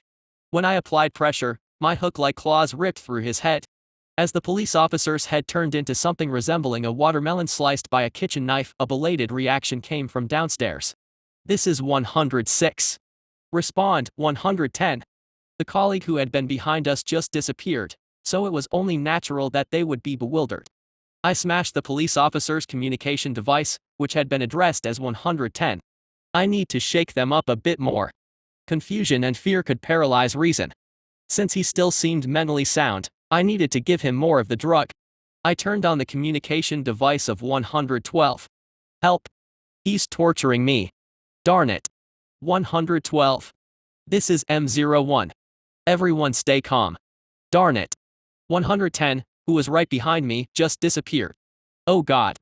Please help. We're on the 5th floor. After shouting like that, I turned off the communication device. I could hear the commotion and voices from the floor below. The android telling them to stay calm, the police officers protesting that they couldn't stay calm when 2 of their colleagues had gone missing, the enemies were getting entangled. While they were in turmoil, I went out of the house and used my tail to destroy the lights in the corridor, one by one. The sound of glass shattering in front of their own doors made the people on the 5th floor stick their heads out. Who the hell is making all this noise? Egg. Ah. They screamed when they saw me lurking in the darkness. When I growled once, they paled and rushed out of the house. I let the residents who were running towards the stairs be for now. I followed them like a hunting dog. Coincidentally, the police and androids were coming up from the lower floor as well. Unarmed individuals. Don't shoot. Oh, no. These are civilians. Be cautious, everyone. The confused police officers hesitated, and I extended my upper arm toward them. Saw-edge tentacles emerged from my palm and wrapped around the android's head, which was beyond the civilian.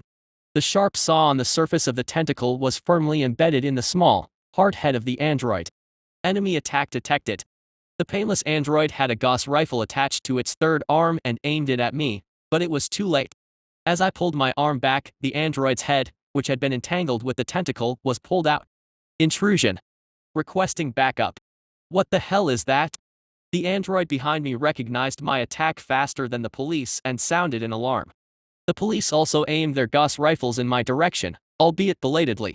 Tungsten bullets mercilessly rained down on the spot where I had been standing. The civilians who were fleeing late were hit by blind bullets and disintegrated like watercolors in water. The civilian shields had served their purpose well, and now it was time to step back. Damn.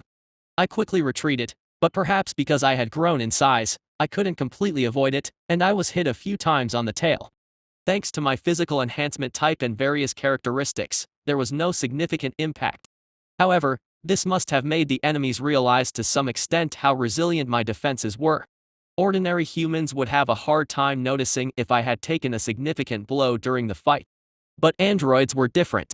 Unless their power source was removed and they ceased to function, they would meticulously record every detail of their combat with the enemy. The enemies would surely change to special rounds with enhanced penetration. Armor-piercing rounds could damage my external shell. The androids probably instructed them to target my relatively thin arms and tail. I had regenerative properties, so even if my arms and legs were severed, they would regenerate, but it was a slow process. Losing a weapon like my arm, which was the main weapon of a morph, was not a welcome development. So it was best to avoid armor-piercing rounds no matter what. That's why androids are a nuisance. Their autonomous thinking ability was lacking, but their information-gathering capability was superior to humans. Megacore players often used androids for scouting and support. Thanks to them, I had some trouble in the Megacorp battles.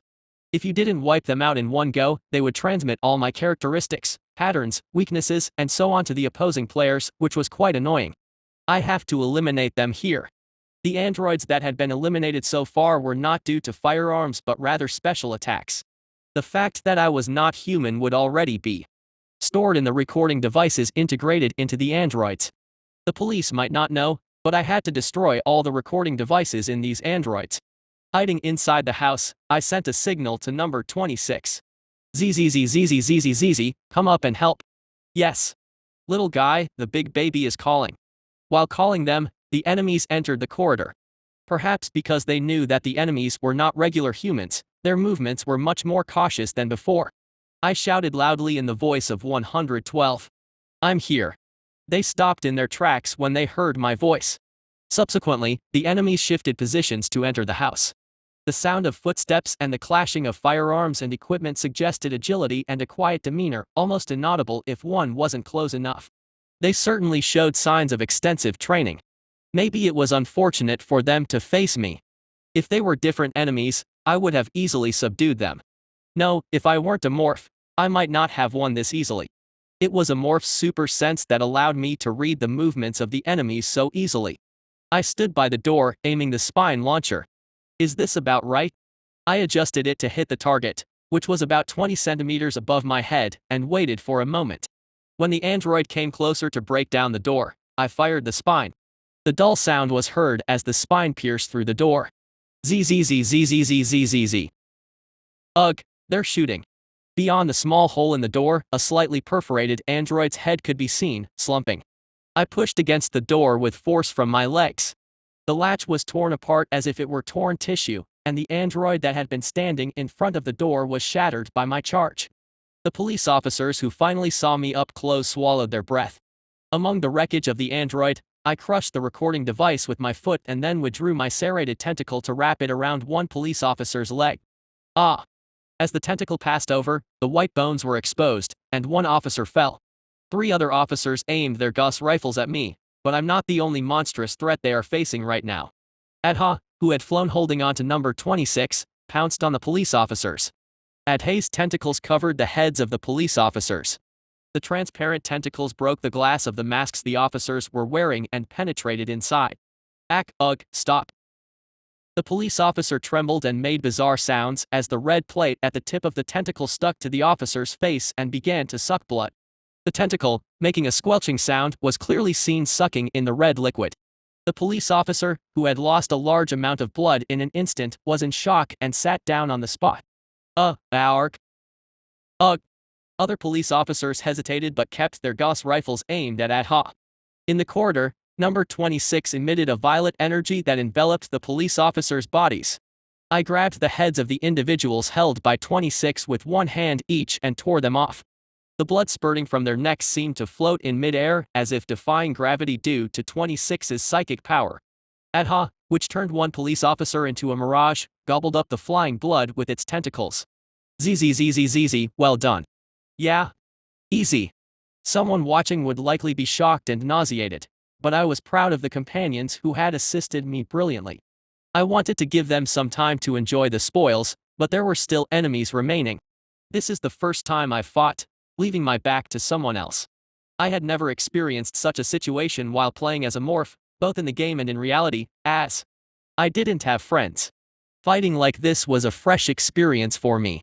In future hunts, if I strategically utilize these guys, it could be quite helpful. Now, all that's left is the androids on the lower floor. Once we take care of them, any obstacles to our escape will be eliminated. The time to savor the spoils will come after the hunt is over. Chapter 45. We need to move up. Calm down, 102. We've requested external support, so we have to wait. Damn it. Are we going to let that guy have his way the whole time? We should strike before they wipe us out. It's not possible. William, watching the argument between his fellow officers and M01, wasn't pleased. In terms of rank, M01 was higher, so it was normal to follow his orders. The reason the police officers were resisting and not following M01 was because M01 was a machine. Megacorp's deep-seated robot hatred persists. William, having spent a long time in the military, understood why Megacorp's people still harbored animosity towards androids and cyborgs. Star Union. At the time Megacorp was established, many lower-class workers were forcibly conscripted for space colonization. While there were a significant number of androids, they were a minority compared to humans. Tragically, human lives were cheaper than using robots. Amid the countless lives being pushed into the dark void, some colonization ships began to choose a different path. The androids managing the colonization ships began to malfunction and rebelled against the upper capital, using their network to infect other ships' androids. As a result, the scale of the rebellion grew, and not only androids but also ordinary workers joined in. A massive rebellion force led by machines and eventually even lower-class workers marked the beginning of the Star Union. The androids of the Star Union argued that, to survive in the harsh environment of space, they needed to replace their bodies with superior technology, and humans voluntarily became cyborgs to adapt. The ideal community they aimed for was one where machines and humans coexisted without discrimination. That's the Star Union's claim. Star Union presented themselves as a just group resisting the corrupt megacorp, but in reality, it was quite different. The rebellion had its origins in the malfunction of machines from the start.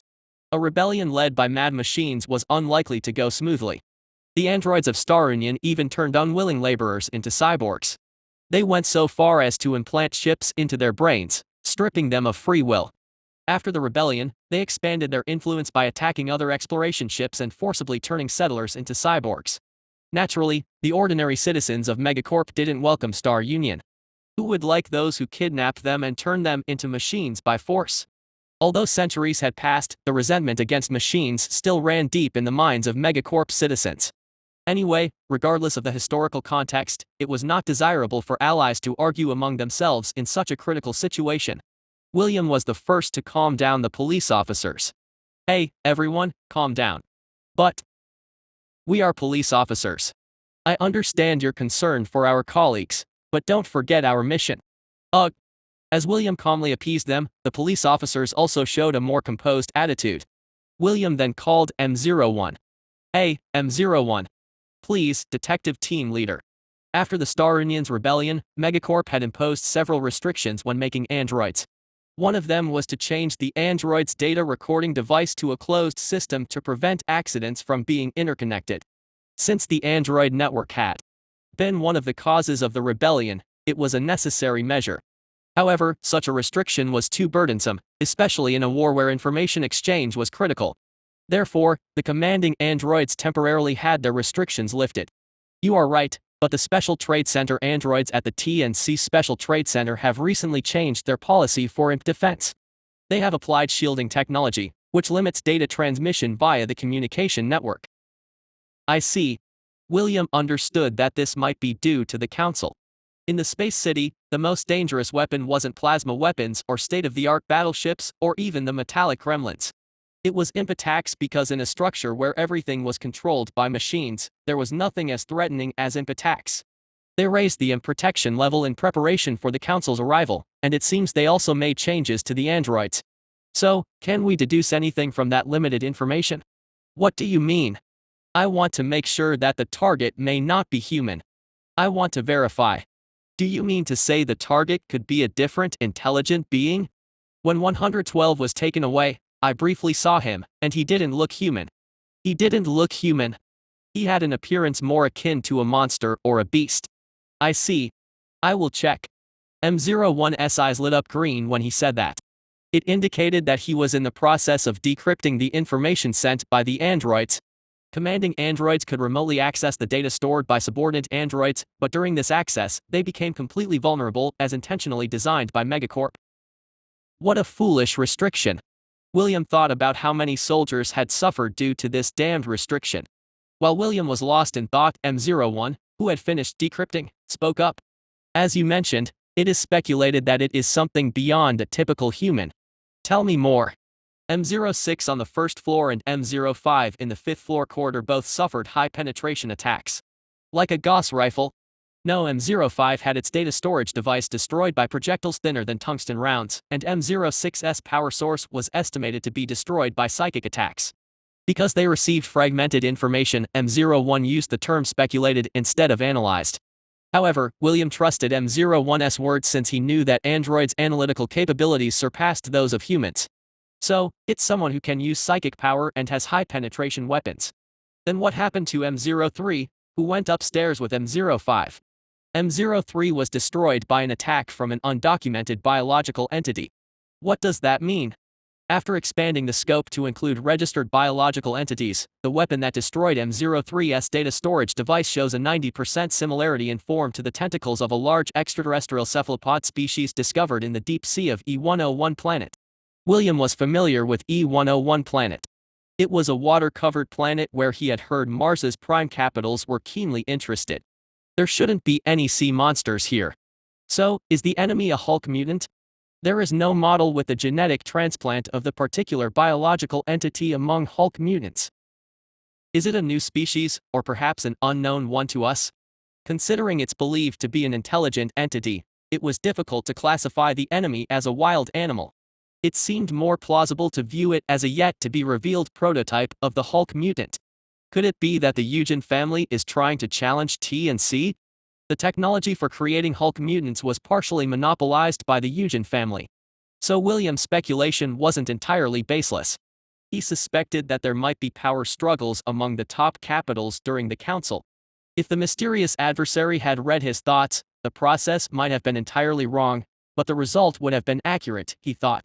Whether M01 misunderstood William's thoughts or not, he added, you don't have to worry. Even if everyone here is wiped out, the information will be safely transmitted to Earth's central security team. When applying camouflage technology, we also upgraded our data storage devices to 2, so unless the enemy completely destroys us, the information won't be damaged. That's fortunate. William smiled bitterly at the android's oblivious comment. Unlike androids, who had no concept of death, he had no desire to die here. He spoke his thoughts to M01, I agree with waiting for reinforcements, but before that, the enemy might counterattack. It's better to be prepared. I concur with that suggestion. Administering the enhancer would be wise. While upgrades have reduced side effects, are you sure it's safe? It's better than dying. Understood.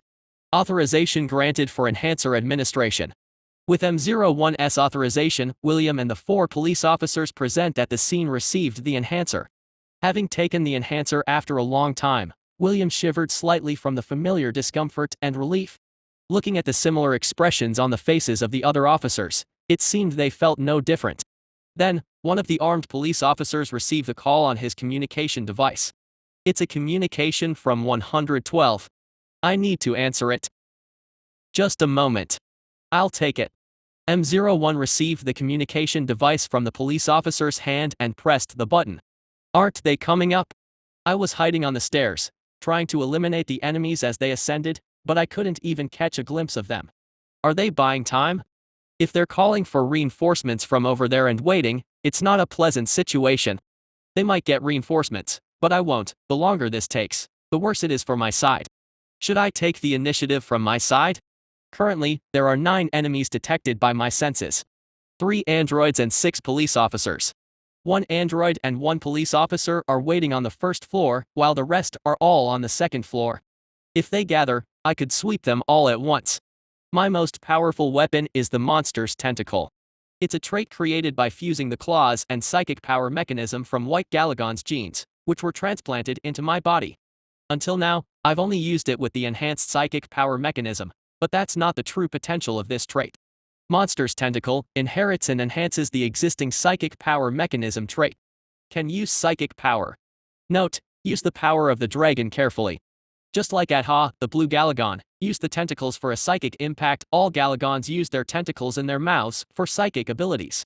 While it's a trait I couldn't have naturally as the tentacle of the dragon, I obtained an organ that looks exactly the same through fusion.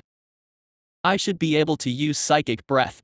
The mentioned psychic power and the power of the dragon in the text box refer to the White Galagon's unique ability, the psychic breath.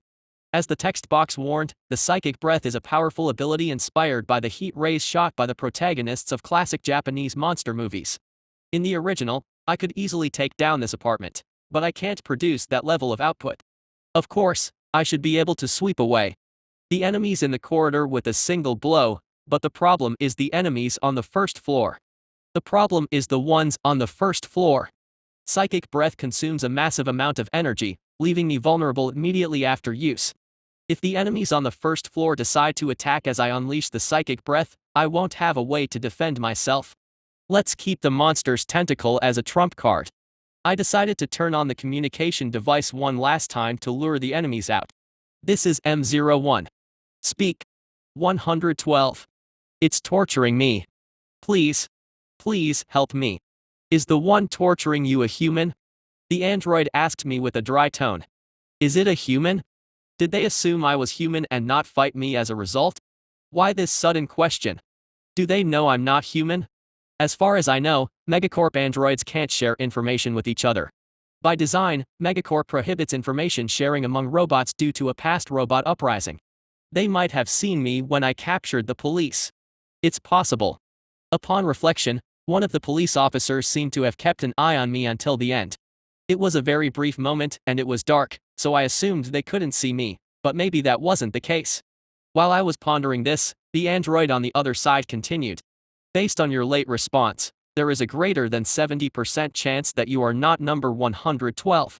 From now on, we will consider number 112 to be martyred. Ah. With that, the android disconnected.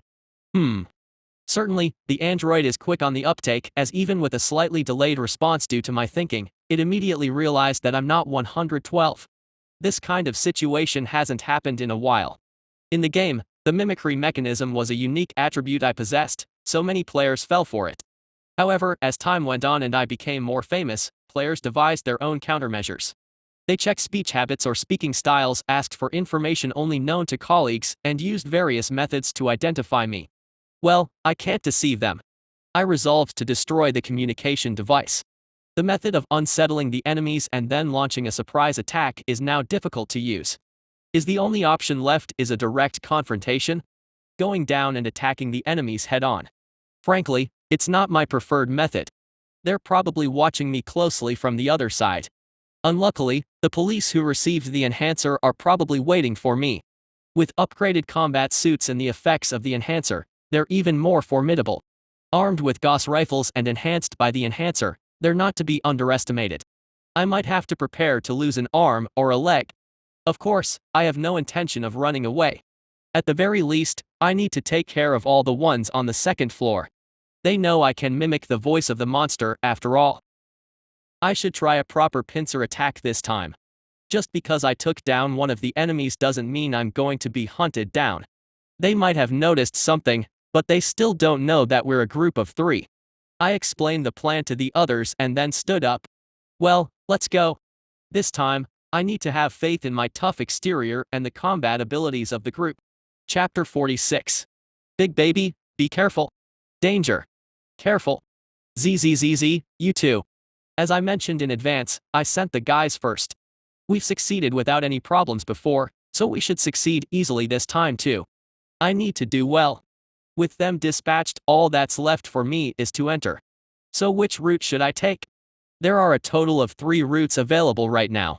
There are paths leading down to both ends of the corridors and a route along the outer wall of the corridor. They're probably monitoring the corridor. The space from the stairs to the corridor is very limited and my body isn't as small as before, so the moment I enter, it will turn into a beehive. Even with a physical enhancement type, it's difficult to come out unscathed from a concentrated barrage of tungsten rounds. Going along the outer wall won't be easy either. This method has already been used once, so it's highly likely they'll be cautious. If the police have used awakening agents, they'll quickly detect my attack thanks to heightened senses. Or should I go through the lower house as I did earlier? Using the window to descend and launching an attack from the second floor house. It's the same method I used when secretly abducting police officer 106. It's a decent method, but if the enemy can predict my attack, the effectiveness will be diminished. The strategy route itself is more complex compared to other routes, which increases the risk of being discovered by the androids along the way. It might be better if I divert their attention. Maybe there's no good method. Oh. As I was thinking about it, I suddenly had a good idea. I completely forgot about this since I got here. I should try using the useful attribute I often used on the research ship again. I moved as quietly as possible and descended to the 3rd floor.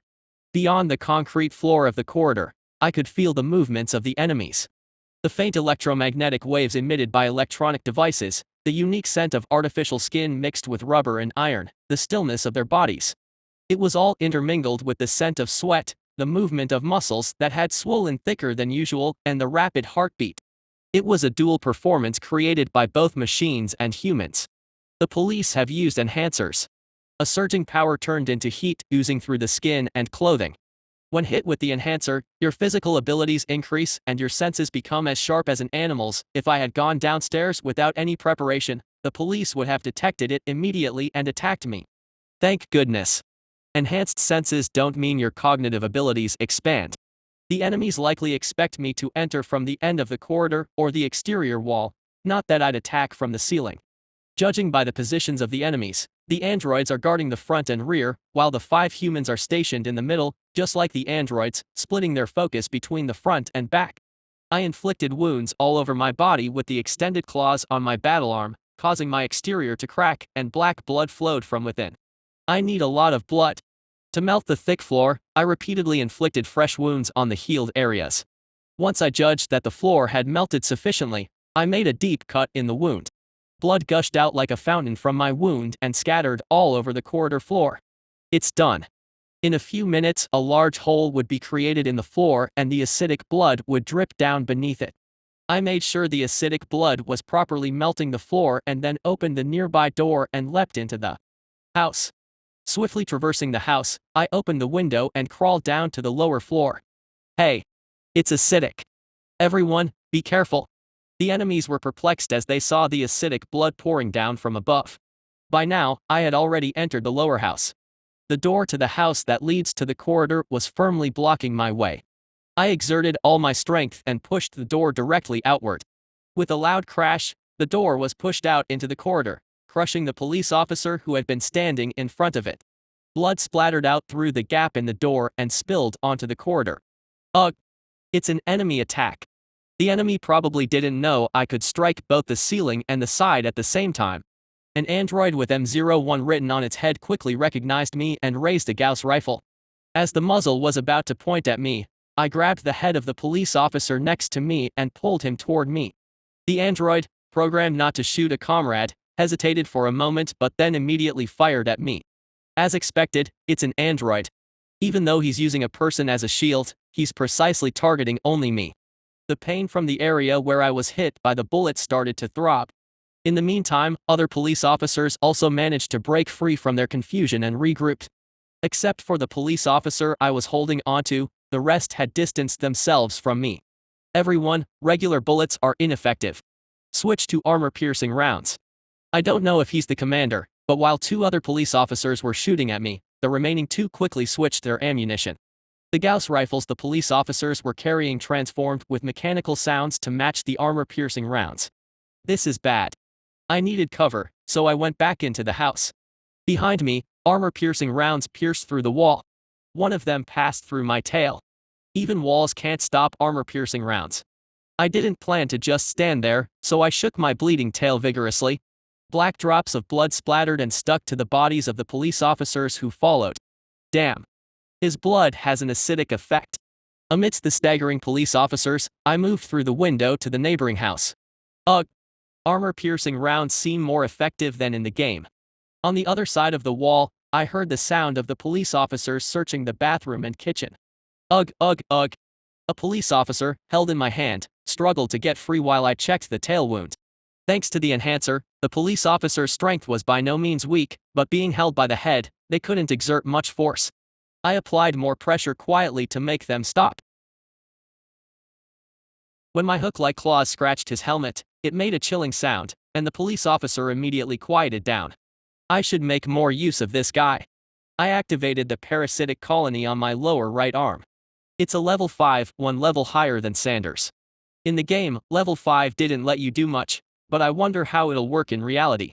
A creature resembling a black centipede sprang out from the hole of the parasitic colony and attached itself to the police officer's body. What is this? Stop it. The police officer panicked and writhed, but because I had a hold of his head, his resistance was extremely limited. I grabbed the creature trying to escape with my fingers to bring it to his face. Just as the creature was about to crawl into his nostril, a loud noise accompanied the wall collapsing. Target located. An android with M02 engraved on his head broke through the wall. It was a combat specialized android with gauntlets attached to both arms except for the third arm. As soon as M02 spotted me, he punched my head. I quickly grabbed his wrist with my battle arm, but at the same time, a metal spike shot out from his head towards mine. The sound of metal contacting metal echoed as sparks flew from my head's exterior. To prevent him from impaling me with the spike, I extended my serrated tentacle. The serrated tentacle swept across M02's face. The artificial skin covering his face, riddled with saw teeth, was all stripped away, and the metal skeleton inside was severely damaged. Error detected. Requesting support. I will provide support. M01, who had appeared from behind, wrested the Gauss rifle from my hands. The still recovering tentacle was mercilessly torn by the armor-piercing rounds. The damage was limited to the tentacle, but I felt pain throughout my arm. I retracted the remaining tentacle while hiding behind M02. Malfunction. Attack required. M02, you've done well until now. M01, without paying attention to my actions, aimed the gun at M02 and me with the intent to kill. M02, with inferior defense compared to me, became a sitting duck in seconds. That's why I hate androids. Not being mentally shaken, my usual tactics like feints and ambushes were ineffective. I used the deactivated M02 as a shield and aimed my spine projectile organ at the third arm of M01. This damn monster. Just as I was about to fire, the police officers arrived to support M01. Over the debris of the broken wall, a barrage of armor-piercing rounds rained towards me. I just need to shoot this and get out. While my head and chest, the most fortified parts, remained unscathed, other areas didn't. My exterior has its limits to withstand bullets. While my limbs were pierced by bullets, I managed to fire the spine bone. A spine bone shot from my lower left arm's tip swiftly flew and destroyed the Gauss rifle attached to M01's third arm. Weapons are damaged. While the android was momentarily staggering, I hurled a police officer lying on the ground at them. Infected by parasites, he should be able to hinder their movements, at least to some extent. Cease fire, everyone. As expected, when their colleagues came flying, the police officers immediately ceased fire. I sent a mental message to the parasite to go wild and then dashed out of the house. Hey, are you okay? 103. Snap out of it. Ugh. I rushed down the corridor towards where they would be waiting for me by now after everything was finished. Ugh, IH. 103. My head. 103 rolled on the ground, clutching his head. The police officers hurriedly restrained him. It wasn't easy to calm him down, given that he was a well-built adult man in a reinforced state. Please, calm down. For the love of God. Someone, get this out. While other police officers held him, William quickly operated the terminal attached to 103's wrist. The treatment within the reinforced suit injected into 103's body, but his condition showed no improvement. What is this? It's not poison, it's suspected to be a virus or some tiny organisms that have infiltrated the brain. M01 answered William's question. With its third arm destroyed, M01 had collected and was wearing the power bunker gauntlet that M02 had used. What can we do about it? I'm not a medical android, so I can't treat it. We need to transfer him to the hospital immediately. Damn it. William uttered a string of curses. I don't know who Sander had dealings with, but he's a formidable presence that surpasses the Hulk mutant by far. His array of attack methods is incredibly diverse, and what's even scarier is that he knows how to use them effectively. Ah! Damn it. M01, try something, anything. We need to track the target. The target has been identified as an extremely dangerous combat organism. If the target hides in another apartment, we can expect severe casualties. Damn it. We can't leave him like this. While the police and androids argued about what to do with 103, his condition deteriorated rapidly. I'm sorry. 103. Suddenly, 103's expression changed drastically, and he jumped up from his seat.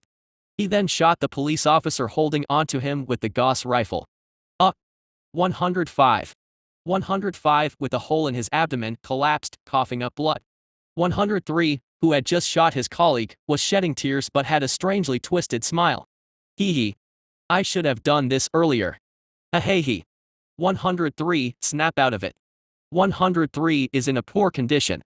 Judging that he is being controlled by the parasite, I will subdue him. M01 approached 103. The mentally unstable police officer turned his Gauss rifle towards M01 to shoot, but he was too slow.